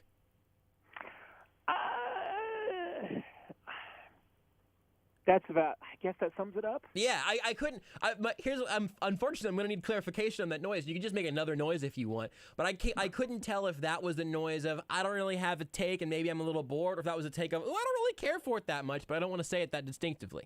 That was. I really hope that it works out, and I have reasons to believe that it could. But it's not going to just it wouldn't make me want to go out and just instantly buy in and get season tickets and go crazy or anything. Yeah. And I'm really hoping that, this doesn't just become a series of JUCO recruits year in and year out that come in ninth in the SEC. You started sounding real sad partway through, and it made me a little sad, honestly. Ninth in the SEC would be an upgrade. It would. It's not what you're aiming for, though. You're not aiming. If you're ninth in the SEC next year, have a parade. But I mean, I like. Hey, success at Cleveland State. That's impressive. Sure. Because Cleveland State, hasn't been good since Kevin Mackey, jumped on a guy's back and got fired or something crazy. I mean, he did all the coke. Maybe he wasn't the one that did all the coke. I can't remember for sure, but he was nuts. But they haven't been good in 30 years. So hey, that's impressive. And Leonard Hamilton's good, but Kimmy English would have been a sexier pick than Gates. What are we about if not the sexiest pick? I mean, I just think we all understand how important that is. So, I'm sorry to hear that you're not absolutely enthralled by this upcoming era of Mizzou basketball, which is sure to be glorious. I am probably more optimistic for this than I actually was for Conzo, though. So. Moving in the right direction, one baby step at a time. Was optimistic the word of the day? Hit it, Rudy. It was optimistic. Was that the biggest word I used? No, I don't know. It was just the end of the segment. Did we miss the word of the day, or did it end up being Wunderkind? I guess it ended up being Wunderkind, and which is funny because I was then trying to look it up in my dictionary because I do know what Wunderkind is, but I had my dictionary in front of me trying to come up with the word of the day. Wunderkind is not even in this dictionary. Really? Is it because it's German? German, yes. Well, no, I don't think so, unless I'm spelling it wrong. I thought I was going with the German spelling because wouldn't the German spelling be W-N? I've Googled it and it says W-U-N. What did I say? I meant to say W-U. Yeah, you said W-N, but I felt like you knew what you meant. I guess I rolled together my W and my U together. That's difficult to say. Yeah, but it's well, so I mean, because it's specifically, is it a German word that we have just accepted as one word that we know in German? Is it like baguette? Like, is baguette in the dictionary? Well, let's see. I'm looking to see if it's let's see, wood alcohol. You're flipping through a paper dictionary right now, right? I am, yes. This is awesome. Okay, great. I'm a professional writer. No, that makes sense. Professional writers can't use I Google. I don't see Wunderkind misspelled in here. So this dictionary is the Webster's New World Dictionary. World. 1982. Okay, hold on. I've literally had this on my desk all my life. Is wonderkind in the English dictionary? I'm Googling this now. And I'm going under baguette. This is in the See, I would think it Cambridge. would be. Yeah, I mean, it's on Merriam-Webster.com, but maybe that wasn't added until there millennium. weren't any wonderkins before 1980. I'm just wonderkinding if it didn't make it into the dictionary until later. Well, there could have still very well been some, World War II backlash. Sure, yeah, who knows? Is baguette in there? You know what? Baguette is not in here either. So maybe this is just a racist dictionary. Yeah, it's a very xenophobic dictionary. Very xenophobic. Is xenophobic in there? Although, oddly, Boddicker is in here, which is a German word. And it's any of a series of guidebooks to foreign countries first published in Germany. And a Royals pitcher. Yeah, That's in here. I didn't know Boddicker was a word other than a last name. And it's not spelled like that. Oh, okay, that makes more sense. Otherwise, the definition of Boddicker would just be chooch. Oddly, it's spelled Baedeker, which makes me wonder. Hey, back in 1982, if you were talking about your bay, you would have been maybe talking about your guidebook. I thought you were gonna put a long pause between bay and the second half of that word. We were gonna start working blue after the sun went down. I've got my bay right here. I've got my guidebook right here. But oddly enough, I mean, in this 1982 dictionary, which we do believe is xenophobic and does not have wonderkind or baguette. Yes. And yet it has Boddicker and Wuhan. Wuhan, China is in here. Do dictionaries have locations? It says Wuhan. It's city in China. Population 2.5 million. Well, that's confusing. Wyoming is also in the dictionary. They had to find a place for wonderkind in there. You write a letter, a physical letter, put a stamp on it, and mail it to the print department of whichever dictionary you said, the Oxford Dictionary, the Oxford World Dictionary. This was the Webster's New World Dictionary in 1982. Yeah, so I guess, I don't know, man. I'm telling you, some things could have changed over 40, I almost said 30 years. 40 years. Oh, man, I was thinking, so that's 20 years to 02, I had 10 more years. Now we're probably about there. Oh, that was 2012 I was about to refer to. We've gotten old very fast around here. This dictionary was, 15 years old when you were born? It could be your dad. We've been down that road before. Matt, I appreciate it.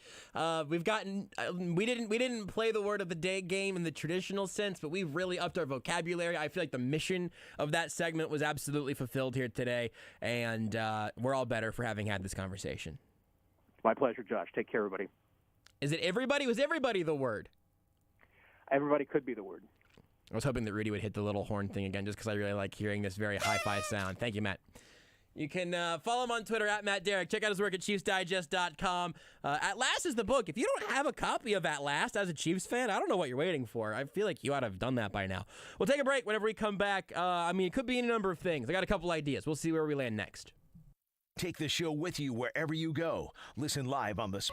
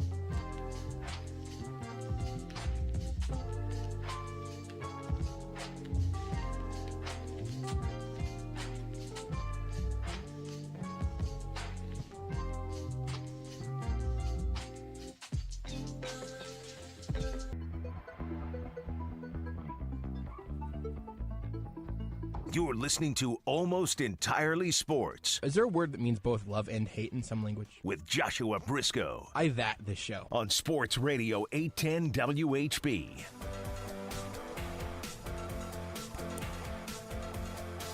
I'm going to ask you to work with me on this one. I am offering my hand and hoping that you will take it gently.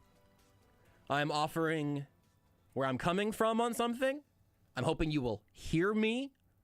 You do not have to end up landing where I land, but I want you to hear from me on this. There's something that is a collision of a lot of things that I really genuinely care about that popped up on my Twitter timeline today. I've already tweeted about it. I'm probably going to quote some of the tweets. I've already written about it verbatim. Because in some of these cases, I chose my words very carefully, very purposefully. But I'm going to ask you to work with me on this one. At least give me the few minutes. Because I'm going to play you a very short clip from a pretty long conversation of Harrison Butker on a podcast.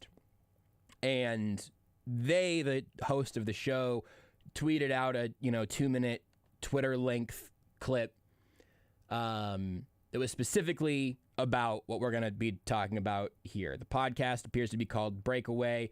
I ended up, just again for some point of reference, this is like an hour and 15-minute long thing. I listened to almost all of it, including all of the surrounding conversation from Harrison Butker about both his faith and his frustrations with the COVID rules over these last couple of years. I could feel the radios running away. Don't run from me yet. Just give me a minute. I am genuinely asking for you to work with me on this one.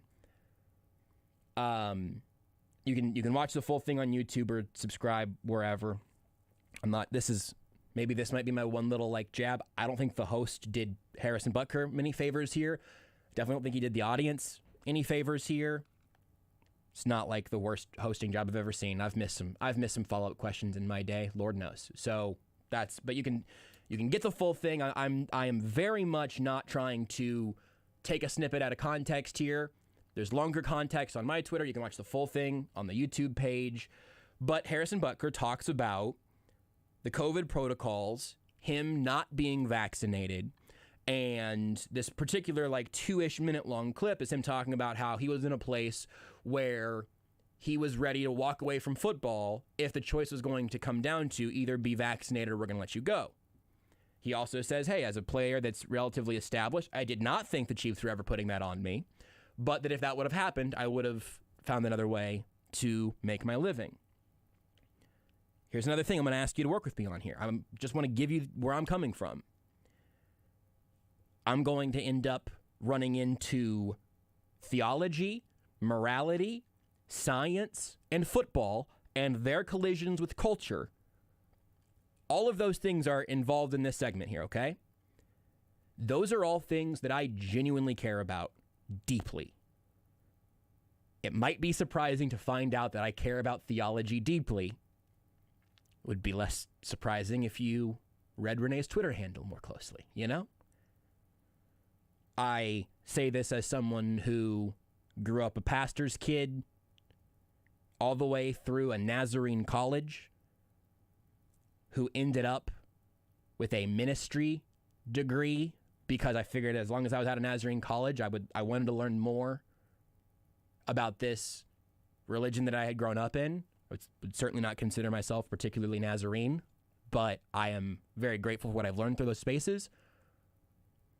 And I'm also not coming at you from some sort of angry ex-Christian sort of thing. I know a large portion of the audience right now is already feeling defensive, and we haven't even played the clip yet. I'm saying all this to tell you this.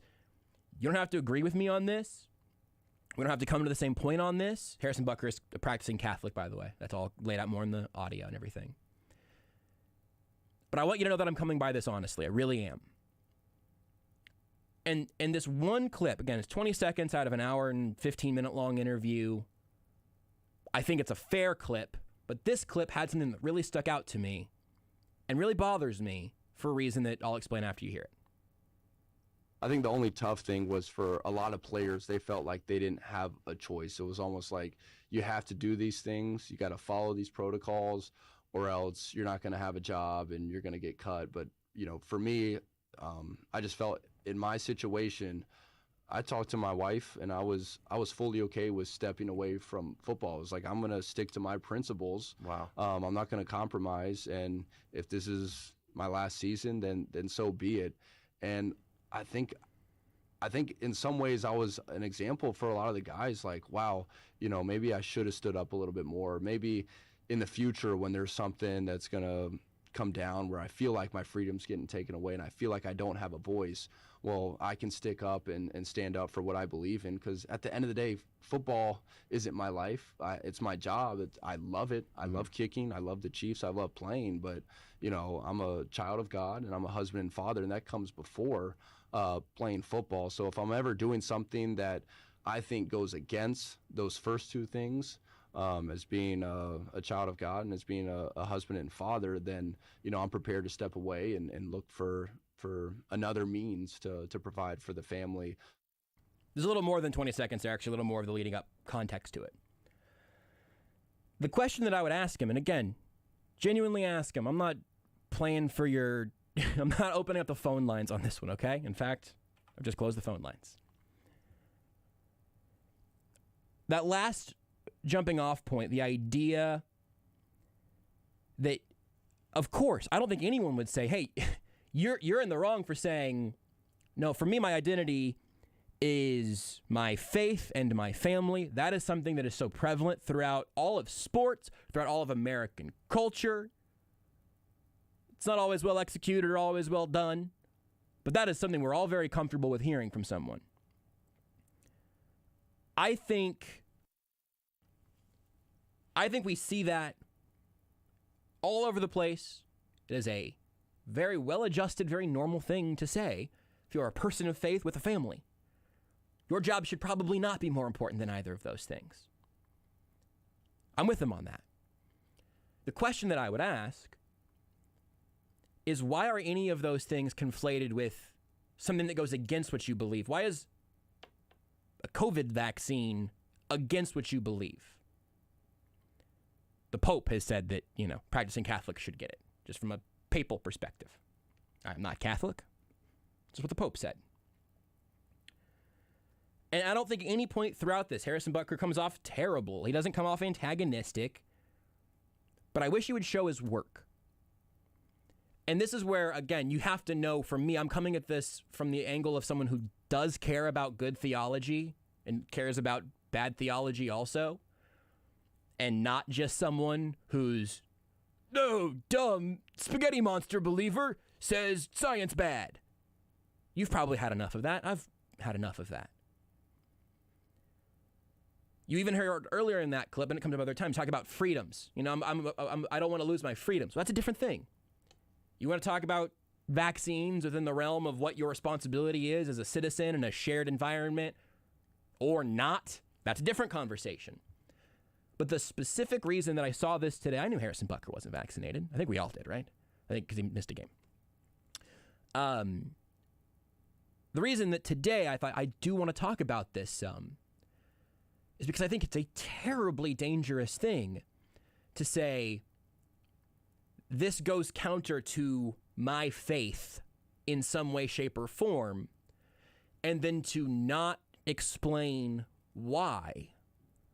Because now what you're implying is, well, you can't be a good father, husband, Catholic, Christian, whatever, and be vaccinated.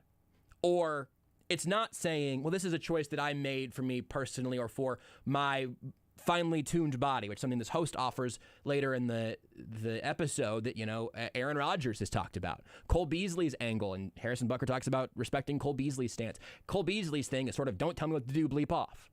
Aaron Rodgers' thing is, I've got some allergies, I'm an incredible athlete, and I don't want to do it, So some Ayn Rand over my shoulder.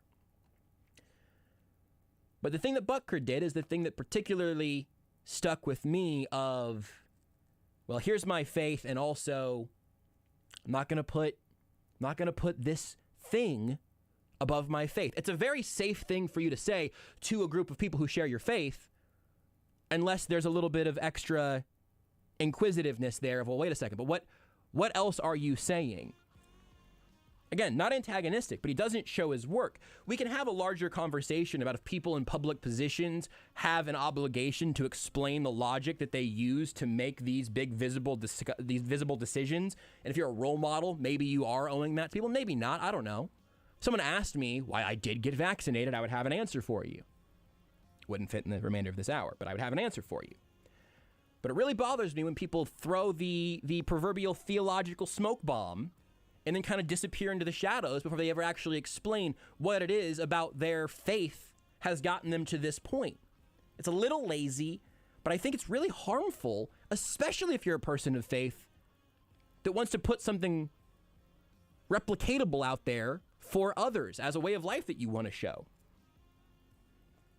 I don't like the theological smoke bombs, and I wish Harrison Butker would have explained and shown his work a little bit more. Something very different next. You are listening to Almost Entirely Sports with Joshua Brisco on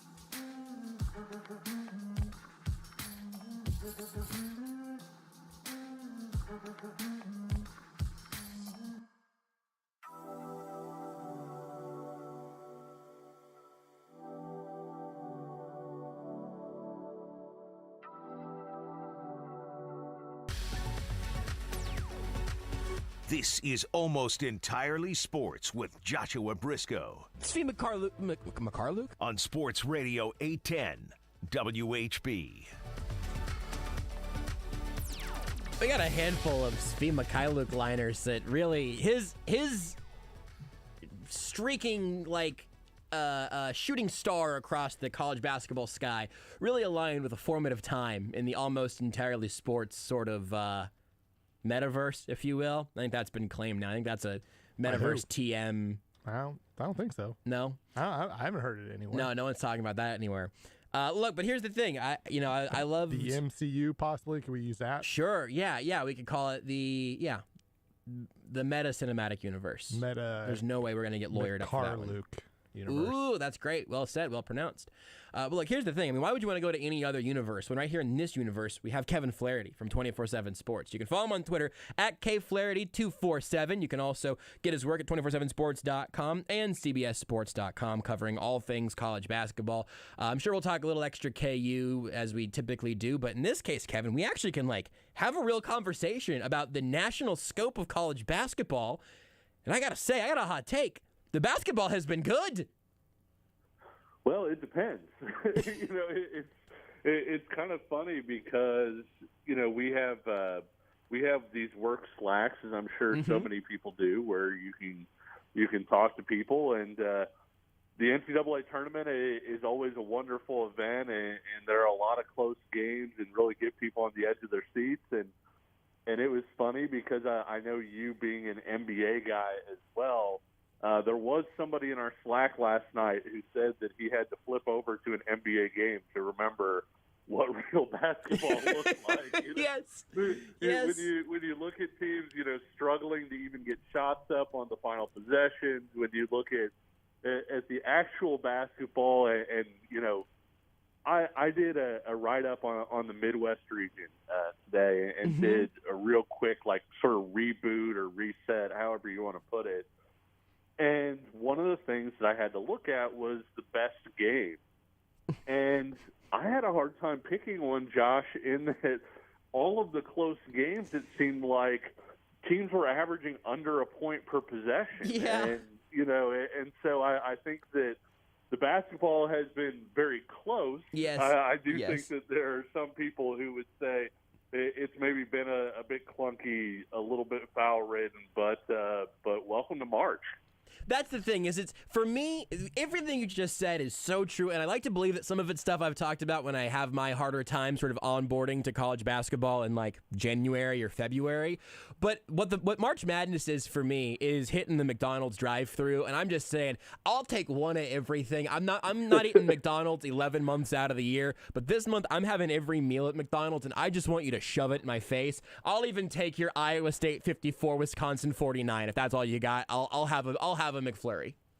Well, and that's the thing is in the NBA, it's a brilliant level of play if you watch it. And I fight back against those who are like, well, there's no defense played in the NBA. And I say, well, there's no defense for Kevin Durant. Right. Yes. When a guy is 7 feet tall and can pull up anywhere inside a half court, it's not that your defense is bad. It's that there's no defense to be had when he decides to do that. But I think that one of the things that's great about college basketball, and you see it in college football too, but I think more so in college basketball, is the imperfections make it fun. Yes. And I'm not sure we've ever seen a final possession of regulation like what TCU and Arizona gave us last night, where TCU guy gets, potentially fouled, maybe a flop, depending on who you're talking to. I'm probably going to get hate mail from both sides for, phrasing it that way. Whatever happens, the ball winds up with an Arizona guy on a fast break, to win the game.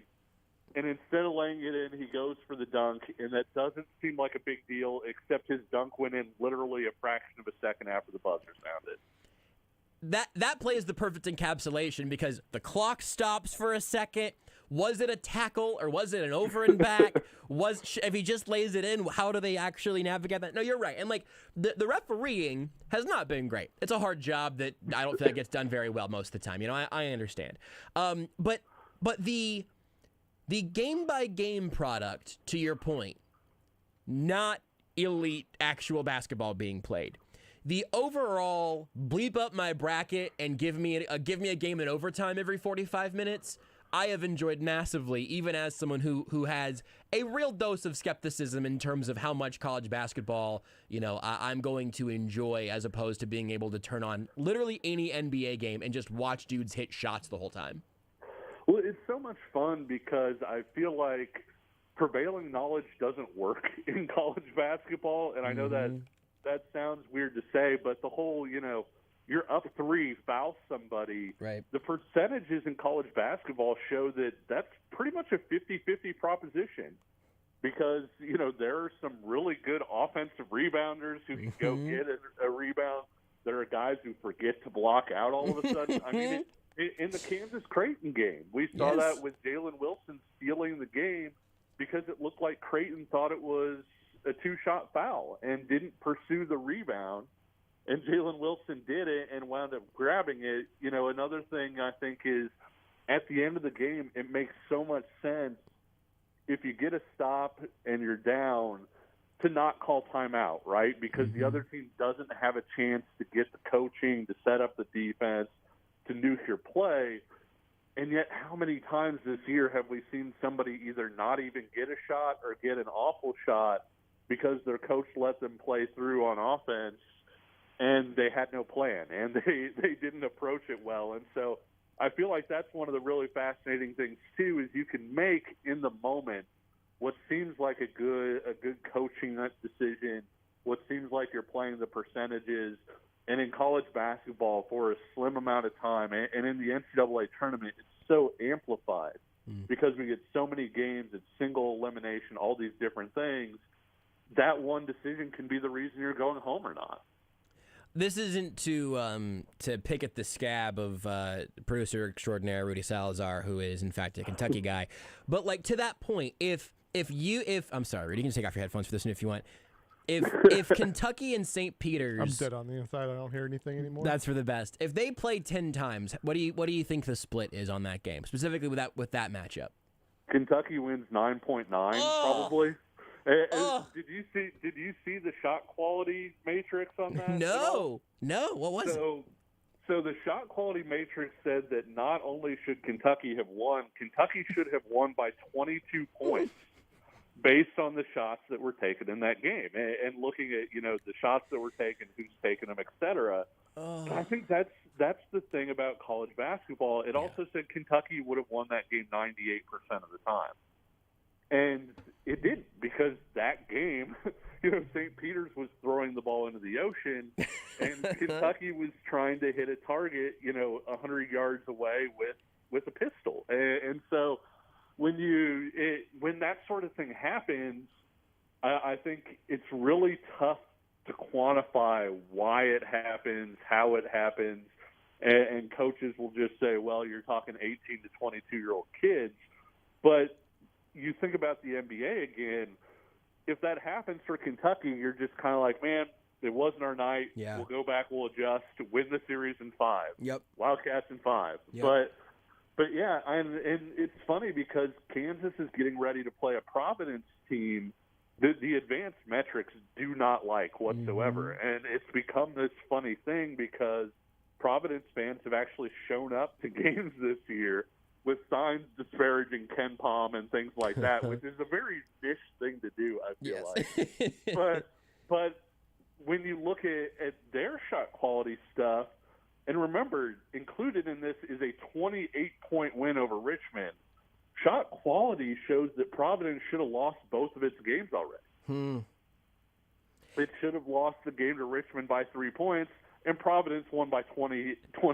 Yeah. And you're sitting here, and Providence is 27-5, and they've kind of been like that all year, where you're like, man, Providence should have lost last night, but they haven't been losing. And I think that's one of the fascinating things about college basketball, as opposed to a lot of things, is sample size, single elimination tournaments, just weird stuff happening in one game or another. And that's where that, coaching truism comes from, where it's, if you want to win close games, you can't play close games because the bounces can just not go your way that night. It's funny. Some of that Rudy looked like someone who was, in fact, hearing that information. He didn't. I know he didn't hear or feel any of it, but you sure look like some of that hit you like an anvil falling from the sky. All I know is analytics are for nerds. that is definitely true. I will like own them. that. I will absolutely own that. Here's a much simpler number question for me. This is fun to me and maybe no one else. How many double-digit seeds, if you had to bet on it, how many double-digit seeds are going to make it into the Elite Eight? You have Michigan going up against Villanova. You have St. Peter's going up against Purdue. You have one guaranteed with Miami and Iowa State. So it's definitely one. It's not more than 3. How many do you think it's going to be? I think it's still going to wind up being one, and it's going to be the guarantee. St. Peter's is tough to tell, though, because St. Peter's is another team that should have theoretically lost both of its games, including the Kentucky game, by a blowout. But if you watch those guys Rudy's play, head just went perpendicular to the grass. It was just violent. It's such a brutal loss. When you look at it, it's St. Peter's is a good team, and they run good stuff. They cut really well. They defend well. They do a lot of things well, but I don't see that sort of luck, that run really continuing. I think Michigan has gotten to a little bit of a rough spot in terms of opponent as well, and that leaves you with Miami and Iowa State, which is one of my favorite games in the entire field, for this upcoming week, because it has a chance to be just a beautiful disaster, in all kinds of different ways, because, Iowa State prefers to sort of play the game in the 50s. It's highly defensive. Iowa State, I don't think, even averaged a point per possession in its 2 wins. And I don't think that that's replicable for them to win again and win again to go to the Final Four. But it does make them really interesting, because is this a team that all of a sudden their next time out they're actually going to hit shots or whatever? And Miami's the exact opposite, in that Miami's defense was awful this year. I mean, not just bad, but awful. Like, I'm going to escort you to the basket type of awful. And Miami's defense really had a strong first couple games, and paired with that backcourt. When Miami plays like that's a Miami team that can beat anybody, and we saw that against Auburn. But at the same time, if you're picking, I guess I hate to say positive regression, because that's a really weird way to put it, but if you're picking Iowa State to basically, its offense to elevate a little bit because of how poorly they've played offensively in this tournament, then maybe you're picking Miami's defense to also regress to what it's been all year long. And this could be one of those games where just really wild stuff happens, and it's really tough to predict. It's also hilarious to me. Just there's so many things in this game that are funny, and that I'm just really here for. One is that you mentioned earlier, crazy things happen whenever you're talking about 18 to 22-year-olds playing a sport. And then you have Charlie Moore, who is 24. Like, it's just an adult man is playing for Miami. Jalen Coleman-Lands, 35, rented a car from me last week. That's right. You get a Charlie Moore, Tristan Inaruna KU reunion revenge game in the Sweet 16. You could not script it any better than that. It's really a beautiful thing. And don't forget, Miami's leading scorer this year is Cameron McGusty, who actually, came in with DeAndre Ayton. He was in that class. Come on! So How old is this Miami team? Why do you think they're here? Yeah. But he came in and he was an Oklahoma guy. He's from Sunrise Christian. Also 24. I actually saw him, play against DeAndre Ayton and Lawrence at the end of both of their senior years, and it's funny. Like he came in that Ayton class. He played with Trae Young. He played alongside Brady Manek. All these guys that are super duper old in college basketball this year. It definitely adds an element that I'm not sure we've seen before, and certainly not to this level. When you have some teams with multiple guys like that. I mean, for all for all the Perry Ellis jokes, Mitch Lightfoot actually is Perry Ellis, right, I feel like, in right. terms of being around forever. So it's been a lot of fun to watch, and fun to watch some of these guys who maybe didn't have a great experience at one school or another, find their homes and find success is really cool too. I watched a good amount of Oklahoma basketball. I've watched a tiny bit, at least, of North Carolina in the regular season. I've watched all of North Carolina in March Madness. And still, every single time Brady Manick shows up on my TV, I laugh. Every time. And not even just because of how he looks, but also just like his continued existence in this sport. Like, I kind of love it. And I actually really like the slant on it that you just took there. Because I was going to ask in a very macro sense, where you can take this wherever you want, of transfer portal, March Madness, whatever you want. But how do you feel about the state of college basketball right now? I also know there's some bonkers transfer portal numbers already that I saw bouncing around on Twitter. So you have a good feel for where the sport is at. Do you think it's in a good place right now?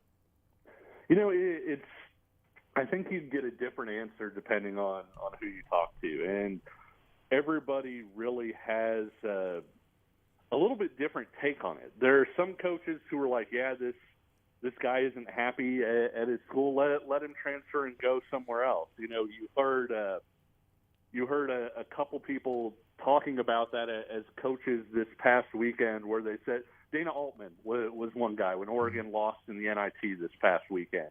Will Richardson, it was kind of revealed, had mono this whole year, and so he had a rough year when a lot of people thought he was going to be a first-team All-Pac-12 player. And one of the things that he said was, I love Will, but if Will doesn't want to be here next year, if he wants to go somewhere else, I'm in full support of that, because we only want people who want to be at Oregon. If he wants to come back, we'd love to have him, et cetera. And I think that's kind of a good attitude to take.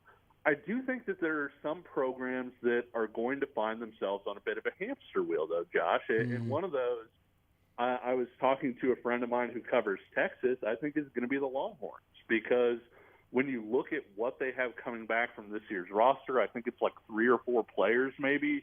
Their freshman class isn't really that big. And Chris Beard, when you look at his time at Texas Tech, right, he didn't have players who stuck it out for 4 years. There weren't the Christian Browns. I know he's been there 3 years, but I mean guys who come in with a smaller role and really develop. There aren't the Ochai Abadjis and guys who are there for a while and grow into it. Generally speaking, he's got his guys for a year or a couple of years, and so he's going to wind up, churning up the track in the transfer portal again. And that may be a good thing some years. It might not in others, depending on how you do with it. Eric Musselman is a big analytics guy at Arkansas who has traditionally been a transfer portal-heavy guy. And he told me that he's not going to really get into the portal as much because it's so oversaturated, because there are players that Arkansas's formula that they use, they say, hey, this kid can't play at an SEC level, and he's getting SEC offers, and that's the level of competition they have for those guys. And so I do think anytime we give the players freedom of choice, anytime we give them a chance to make money with NIL and different things to make the player experience better, I am all for that. But I also think that one of the things that makes it difficult for a lot of coaches right now is the fact that you take a roster like Kansas's, for instance, and Kansas has some young players that the staff is really, really excited about.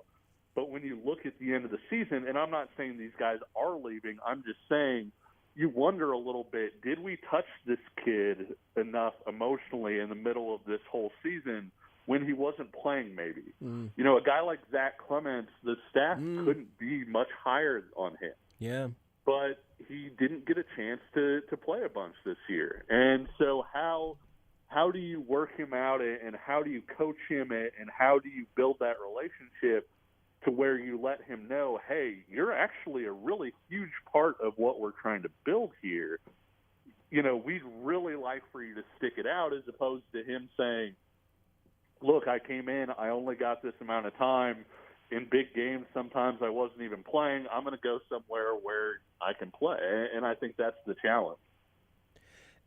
I think that's a great angle on it, to the point that I have zero follow-up. So I'm going to ask you a very micro question now, which is that where we stand here now, Sweet 16, I'm going to exclude Kansas from this because, we'll give them a few minutes in particular. But what is your favorite story to this point? Which, I don't know. I mean, it feels like St. Peter's might be like a layup on that front, and I'm thrilled that a team called the Peacocks continues to win basketball games. I think the longer they win, the better. Sorry again, Rudy. It's really not personal.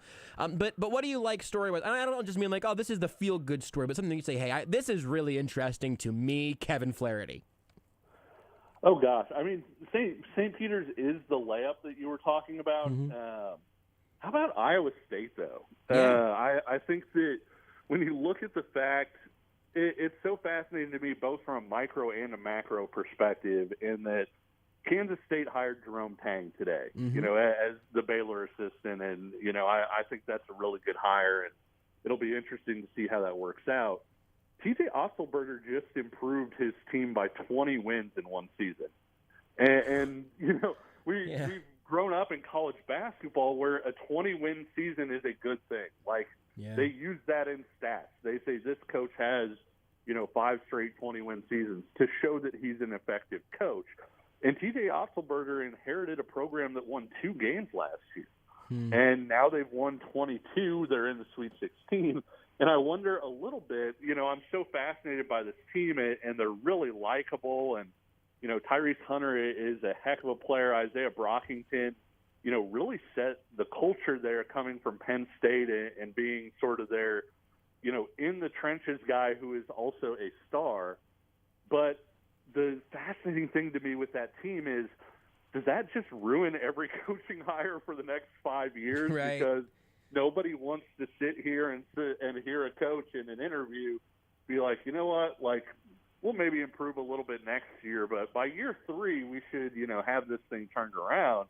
And it's not reasonable to expect that, and it's not reasonable to expect that kind of turnaround. And Iowa State was in a unique situation in that I think that the talent within that program was probably not a 2-win team. I think that when you looked at it, it was one of those things where all parties were kind of ready to make a change. But you bring in the transfers, you have that level of success, and so that's the fascinating thing to me on Iowa State, is I think they're in the Sweet 16 because of grit and spit and duct tape and all those things.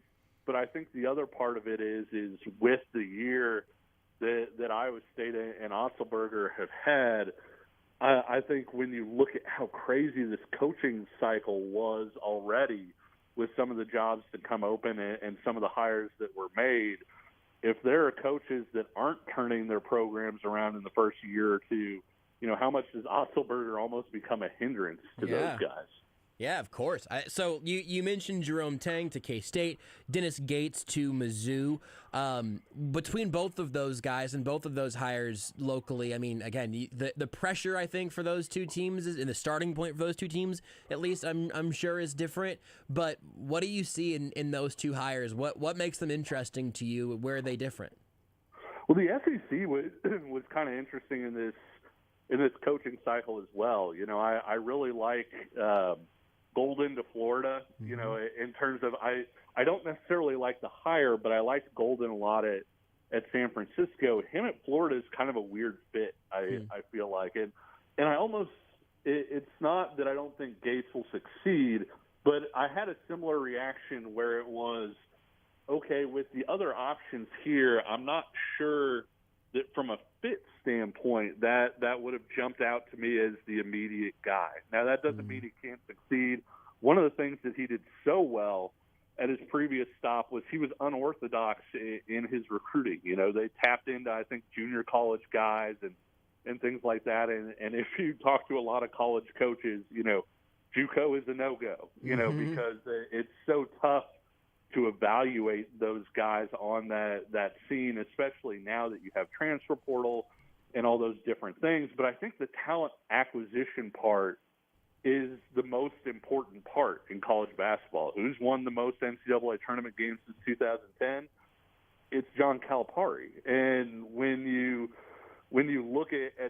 like that, I'm not saying Missouri is going to become, Kentucky and recruit at that level, but I think there's a space for somebody who understands, hey, yes, we want to go out and land this top guard from St. Louis, but we also want to get the Ochai Abadis of the world. We also want to get the Christian Browns of the world. We want to get these guys who, are maybe a little bit under the radar that haven't gotten the recruiting attention that they deserve, that are still sitting out there. And I think that when you look at Grant Sherfield from, I think, Sunrise Christian and Mocan, who's out at Nevada having a big year, there are guys out there. Kansas's starting lineup has 3 guys from Mocan, and none of them were super highly regarded guys out of high school. And so I think there's value to a coach who understands how to sort of skim the pool to find the talent that other people are missing.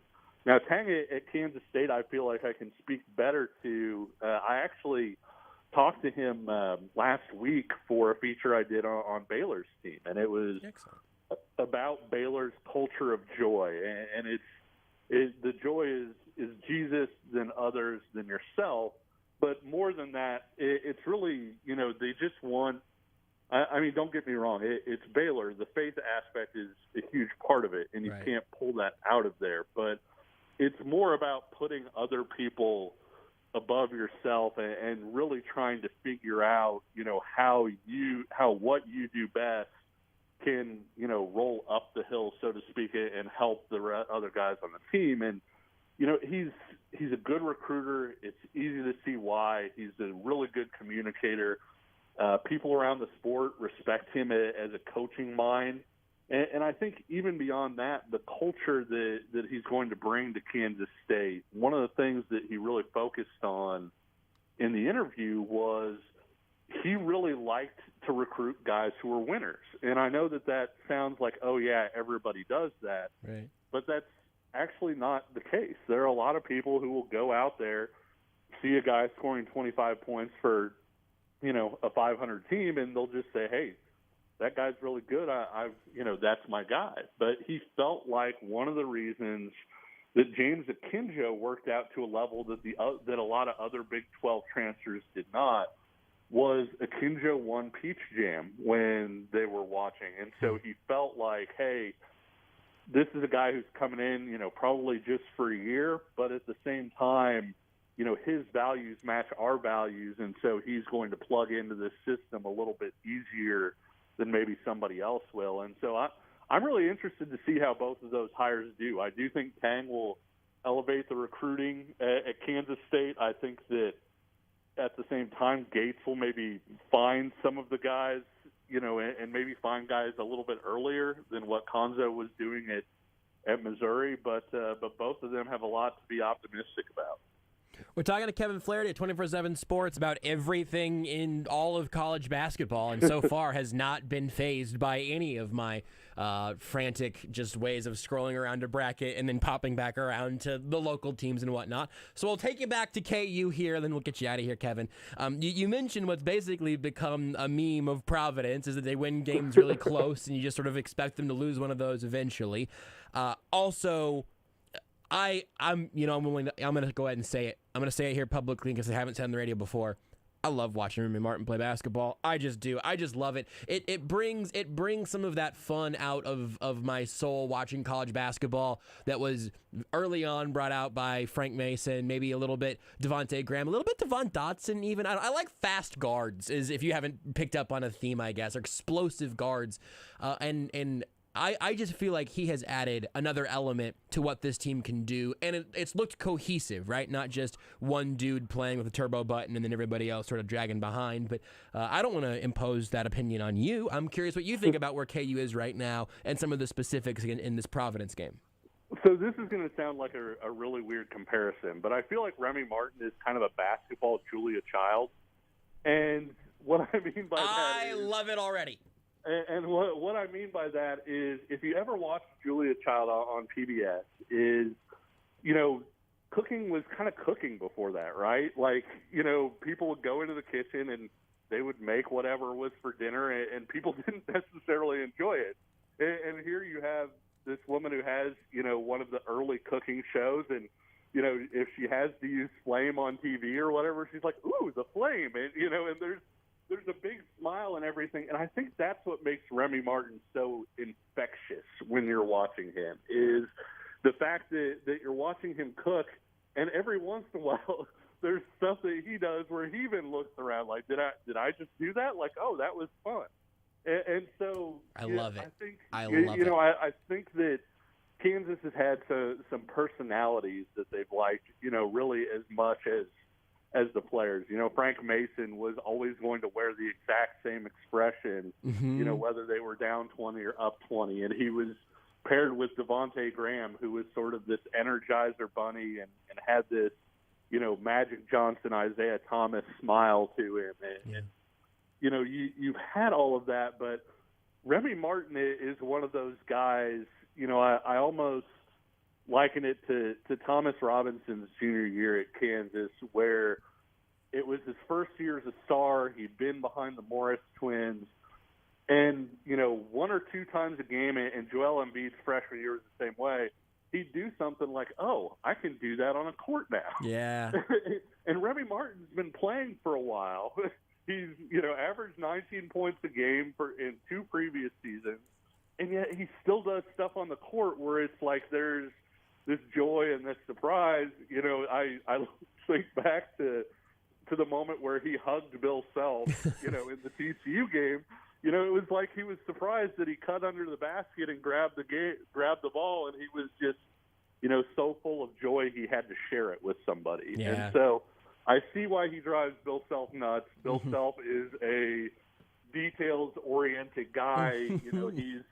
He's the guy that you do not soak the dishes, you wash the dishes right away. There's a recipe. And yes, and Remy Martin is one of those guys that if you look for something on his desk, you will not find it, but he will tell you he has a system and he can find anything. Right. And so I think that made for a little bit of a natural clash, but, luckily for Kansas, Remy Martin's really playing, his best basketball at Kansas. And we've talked before on air about how Kansas didn't just need Remy Martin. They needed a specific version of Remy Martin to be successful. And honestly, Josh, I think Kansas is getting that version of Remy Martin right now.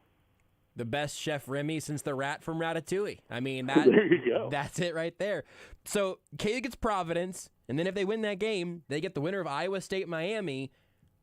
It's just straight up, just flip a coin here. KU's got to be a Final Four team, right? Like that has to be the expectation. Do you expect that?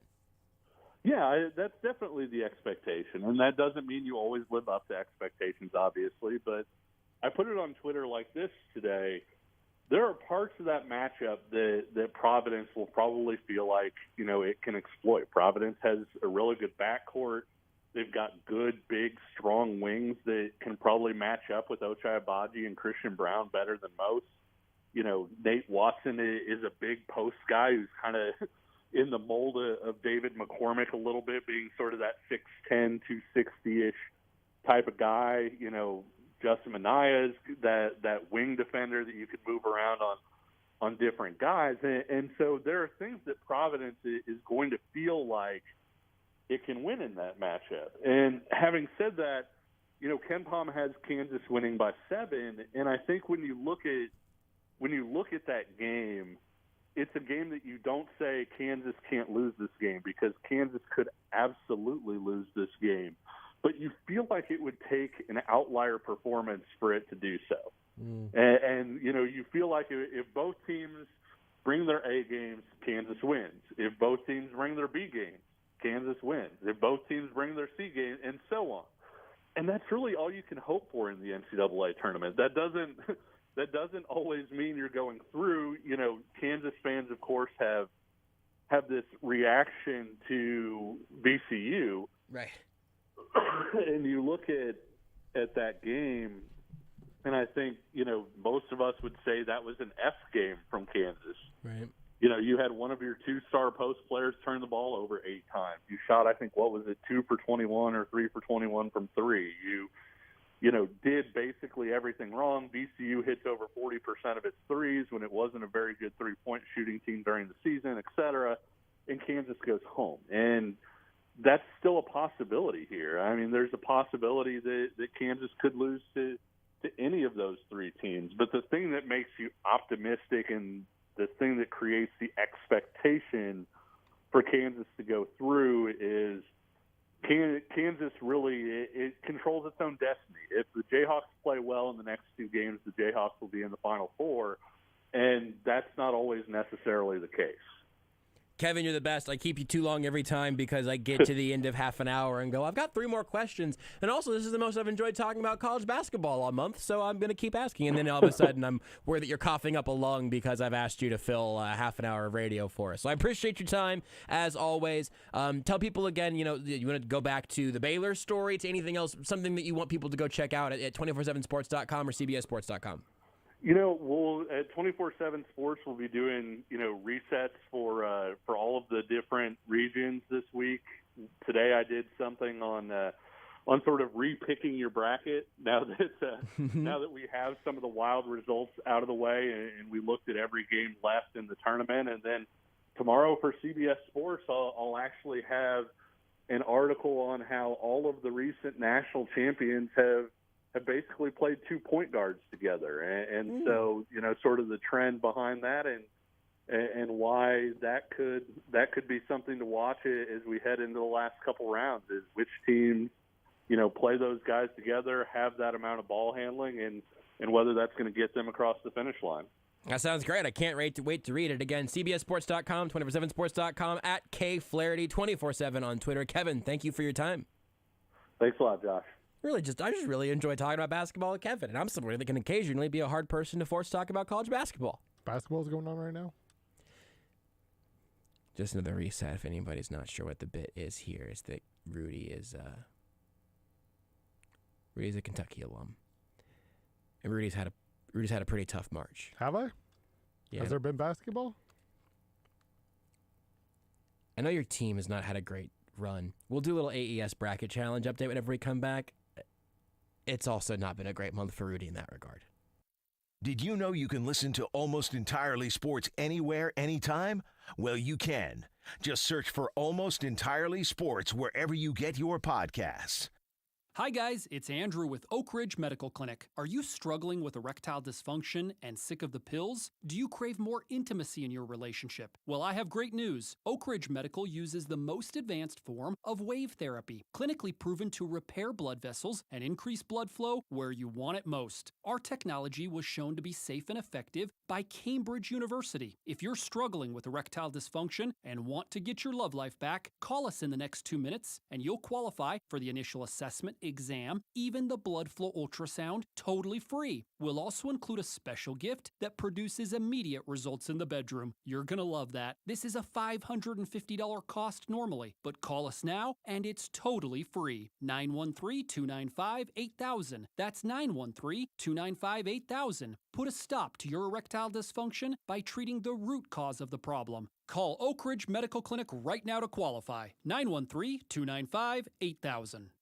Hello, Kansas City. It's Matt Beasler, former Sporting KC captain. Did you know you can recognize outstanding teachers and students in our community by nominating them as Blue KC Sporting Samaritans? We've partnered with Blue Cross and Blue Shield of Kansas City to recognize administrators, teachers, and students who make our community a better place to live, work, and play. Each Blue KC Sporting Samaritan will be recognized at a Sporting KC home match throughout the 2002 regular season. They'll receive tickets to a match and be provided with SKC merchandise and more. To learn additional information about the program and to nominate a Blue KC Sporting Samaritan, visit sportingkc.com/BlueKC.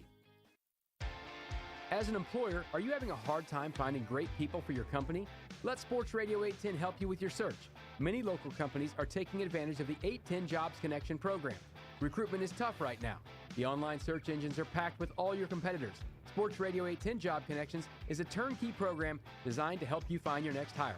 For more information, contact Sandy Cohen at scohen@unionbroadcasting.com. That's scohen@unionbroadcasting.com. Hi, I'm Fred Ramsey. And I'm Mark Tobin. Hey, folks, if you're not busy Saturday mornings from 6 to 7 a.m., well, I hope you'll join us for the Midwest Outdoors, brought to you by Reed Chevrolet of St. Joe.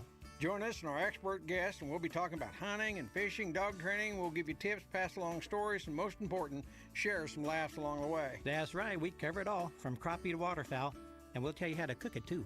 The Midwest Outdoors, brought to you by Reed Chevrolet, Saturday morning, 6 a.m. to 7 a.m., right here on Sports Radio 810 WHB. Vanderbilt's has all your work boots and clothing covered. Vanderbilt's has great prices on all the best brands: Keen Utility, Wolverine, Carolina, Double H, Timberland Pro, Carhartt, Reebok, Ariat, and more. If you're looking for athletic, hiking, pull-on, or traditional lace-up, Vanderbilt's has you covered. Vanderbilt's carries a full line of work denim, fleece, shirts, socks, and gloves. Vanderbilt's, with stores in Lawrence, Topeka, and Wamego. Go to vanderbilts.com for more information. Work boots center, Vanderbilt. Tomorrow night, the NAIA crowns their tournament champion right here on Sports Radio 810 WHB. We'll have live coverage for you from Municipal Auditorium beginning at 7 o'clock. Tune in to hear the NAIA National Championship game tomorrow night. For more information, go to NAIAHoops.com today. The NAIA Men's Basketball National Championship, a Kansas City tradition. Hi, Tyler Reed. ReedBuickGMC.com has over 200 Reed-certified pre-owned trucks, SUVs, and cars ready for delivery. The Carfax, up-to-date maintenance details, and market-based pricing are all at your fingertips. Photos, videos, and all the details you need to make a decision on your next vehicle. Visit ReedBuickGMC.com today or call now 800-291-9406 and shop with confidence. Reed Buick GMC is values-driven. This ad for Hellsberg Diamonds has been specifically written for those who'd rather think about football than engagement rings. When free agency starts, your team wants to get the best players they can without spending too much. If your team is you and the players are engagement rings, then your best bet in free agency is shopping at Hellsberg Diamonds, where you know you'll get the highest quality diamonds at prices that keep you from going over the salary cap. Visit your local Hellsberg store and ask about our price match guarantee, or check us out at hellsberg.com. Kelley Blue Book is the one-stop shop for pricing, fixing, selling, and instant cash offering. Instant Cash Offer is exactly what it sounds like. An official offer to buy or trade your car. Just enter your VIN or license plate, answer a few questions about your car's history, and what kind of condition it's in. In minutes, you'll receive an offer to sell or trade your car that you can be sure is fair. Then choose a dealer to purchase your car and schedule a time to meet. For all of the its, KBB.com. Hi, it's Rick. I'm at the Smith home. Where's Donnie? Leaves and autumn bookings pile up for Rick's gutter cleaning service. He's out? Come on. He needs help before his bottom line gets clogged. Okay, well, what about Cristiano? We still got 6 houses today. Indeed can help him hire great people fast. I need Indeed. Indeed you do. Instant Match instantly connects you with quality candidates whose resumes on Indeed match your sponsored job description. Visit Indeed.com/credit and get $75 towards your first sponsored job. Terms and conditions apply. It's Family Leisure's Factory Direct Hot Tub Sale. We have hot tubs coming in every week. No need to wait for months. Come get your dream hot tub today. Family Leisure also has pools in stock for spring installation. Don't go another summer without a pool for your family. Come in and see our huge selection of patio furniture. Family Leisure is your one-stop shop for pool tables, shuffleboard, bar stools, and home theater seating. All priced to go. Mention 810 and save more at Family Leisure in Olathe. 913-888-7727. Awesome!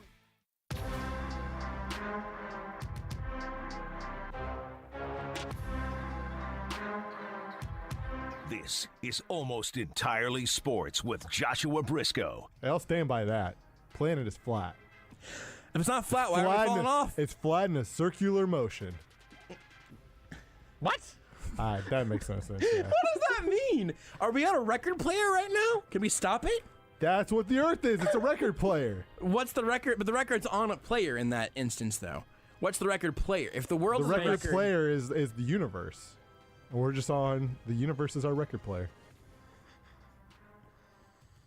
That's either the most beautiful or the stupidest piece of bleep I've literally ever heard. I think it's a little bit of both, and that's what makes it glorious. On Sports Radio 810 WHB. Can someone please tell me what month it is? I keep asking and no one has an answer. My calendars aren't working. Well, I'm sleeping, so it must be April. April's next, and February was the last one. Someone please tell me what this month is. May? I think for this bit, for us to escape this February? bit, you have to be the one that says the line. Since I started as the person who doesn't know what the month is. This is October. It's not. It's not quite. December? Okay. This is what happens whenever it's just you and me up here. I think of We how... made it to summertime. Yeah, is it July? Is it my birthday month? Is it August? I have to come up with a way to create a third character for this show because both of us get too lost in the bit. Hey, Siri. Hey, Siri. What month is it? It's Monday, the 21st of March. March! This is March! Well, it's Monday. Look, man, you can't give me less than Siri and then blame Siri for doing it wrong. I asked you what month it was, and you said October. You said almost every month except for March. And then you got mad at Siri. Wait, it's March? This is March. Pew, pew, pew, pew. We have the Almost Entirely Sports Bracket Challenge. We also, of course, have the Sports 3-Day-8-10 Bracket Challenge. I was going to just try to get everybody to migrate over to the 8-10 one. Hopefully everybody did, because you can win some prizes and stuff over there. And if you didn't do it this year, you should have. We got a lot. I just looked over at the ranks, just for a quick look at the size difference in these brackets. I'm currently tied for 6th in the AES Bracket Challenge, 640th in the 8-10 one. Whew. So apparently signups were pretty good, because my At brackets were identical. I'm pretty sure there's at least 5,000. At one time, I remember seeing somebody, one of the 8-10 people was in the 5,000s. Holy smokes. And this wasn't actually me because I was doing fine after day one, weirdly enough, even with my Kentucky loss. Since day one, it's been bad. Lebo's absolutely running away with it in the greater 8-10 bracket. He's 62nd in the entire group, 47 points. Then for comparison, me, Curtis, and Nate are all in second with 43 among our group there. Lebo's up by 4 points. Man knows his basketball. That is crazy. Riding that Brady Manic, former OU star train. There is somebody one spot below Dr. Professor Renee, who is also in the 8-10 bracket challenge. I do not think that she'll be winning many prizes. Ooh, but here's an update for you. Chloe Brisco Bracketology, 2 points up on Stu and Jimmer Time. She's definitely going to beat me. I don't know. You're up right now, I think. Oh, I'm actually ahead of her? No, you know what? Sorry. There's no way I am. I hate to be the one that breaks this. No. You're tied. You and Chloe are tied right now, actually. I'm actually surprised it's that close. Now, I'm wondering if I messed up because I didn't feel like you guys... let's check back to the AES bracket challenge here. So, Beards is tied for 34th. He's got 380 points. The conversion rate from the ESPN tracker to the 8-10 tracker is Very that different. you just chop off the 0 at the end. Totally arbitrary. But so she's got... Beards has 380 or 38. I think you might have had something different, Rudy, because... Generally, I do generally I do the same bracket, but it's very possible I clicked, in my head, I was what's your bracket called? I think just Not That Rudy. It's split onto 2 different pages here. So let's... Okay, this is good work. Where you have in the radio people. In the AES bracket challenge, you have 380 points tied for 34th. In the group. Chloe only has 36. You have 38, she has 36. In the 8-10 one, I have 38 Chloe has points, 36, you have 36. So you have a second round victory probably that you switch between the two. I'm sure somewhere it happens, right? It happens. You think I generally just pick one bracket, but I'll be honest, sometimes you go to fill out the second bracket and I think in my head, I picked so and so to win. When in reality I didn't, because my brain doesn't work all the time. But apparently this time it worked. In other news, the bottom 2 brackets that did actually fill out answers in the AES bracket challenge, unfortunately, Richard Justice the Dog in 75th and Dr. Professor in 74th. 76th is tied for 2 brackets that did not fill out any picks. Now, who are those people? Dr. Professor, there's a lot of lore. Sorry, sometimes once you get the bracket challenge territory, there's just a lot of lore. You can jump on now and try to figure it out. but I can't explain it. We don't have enough show left. Or enough in the week. Dr. Professor's final, I believe, is Badgers versus Wolverines. Got a chance. So, Wisconsin is out, but if Michigan goes on a deep run, that would be massive. Nope, she had Memphis, Wisconsin. It was Michigan, Wisconsin, Final Four, other side of the bracket. They played each other. I knew that game was important. Dr. Professor has lost 3 out of 4 of her Final Four teams, and Michigan is the last remaining one. Memphis gave Gonzaga a run, though. Richard Justice, the dog, however. Richard Justice is Dick Justice. It's a fictional dog. I mean, it's not fictional. It's right here in the studio with us. It doesn't talk much. Dick Justice's Final Four does include Gonzaga, and he had Gonzaga winning it all. It was Gonzaga versus Yale. And I would have loved to have done his bracket on the show. We just haven't had very much show because of, all of the basketball and everything, and I was in the zone last week and all that. Tell me if I made the right call here, Rudy. Because look, I was trying to interpret. I interpret Dick Justice's intentions here, right? For sure. He doesn't speak English. Like, don't be silly. He had St. Peter's, by the way, in the Sweet 16 because he doesn't pick cats if he can help it. Peacocks seem like a lot friendlier than a wild cat, right? That's fair. So huge for Dick Justice. Dick Justice, big into peacocks. Aren't we all? But on the Final Four side on the left, Dick Justice had Gonzaga versus Yale, both Bulldogs. I think the Yale Bulldog, there's there's a literal dog. I don't know if Gonzaga has one now that I think about it. I just felt like cartoony logo, and also Dick Justice is no idiot. You get 2 Bulldogs, he wants the favorite. Hedging his bets. It's funnier if he wins. Smarter that way. Would have been funnier if Yale would have won the whole thing, but, there's where we're at. Okay, that's the show, and also that's AES for this week. No show tomorrow at the NAIA National Championship game. Wednesday, TBD, but it won't be me. I'm going to try to go see Glass Animals. The last time I went to the hospital, and this time Scout went to the hospital.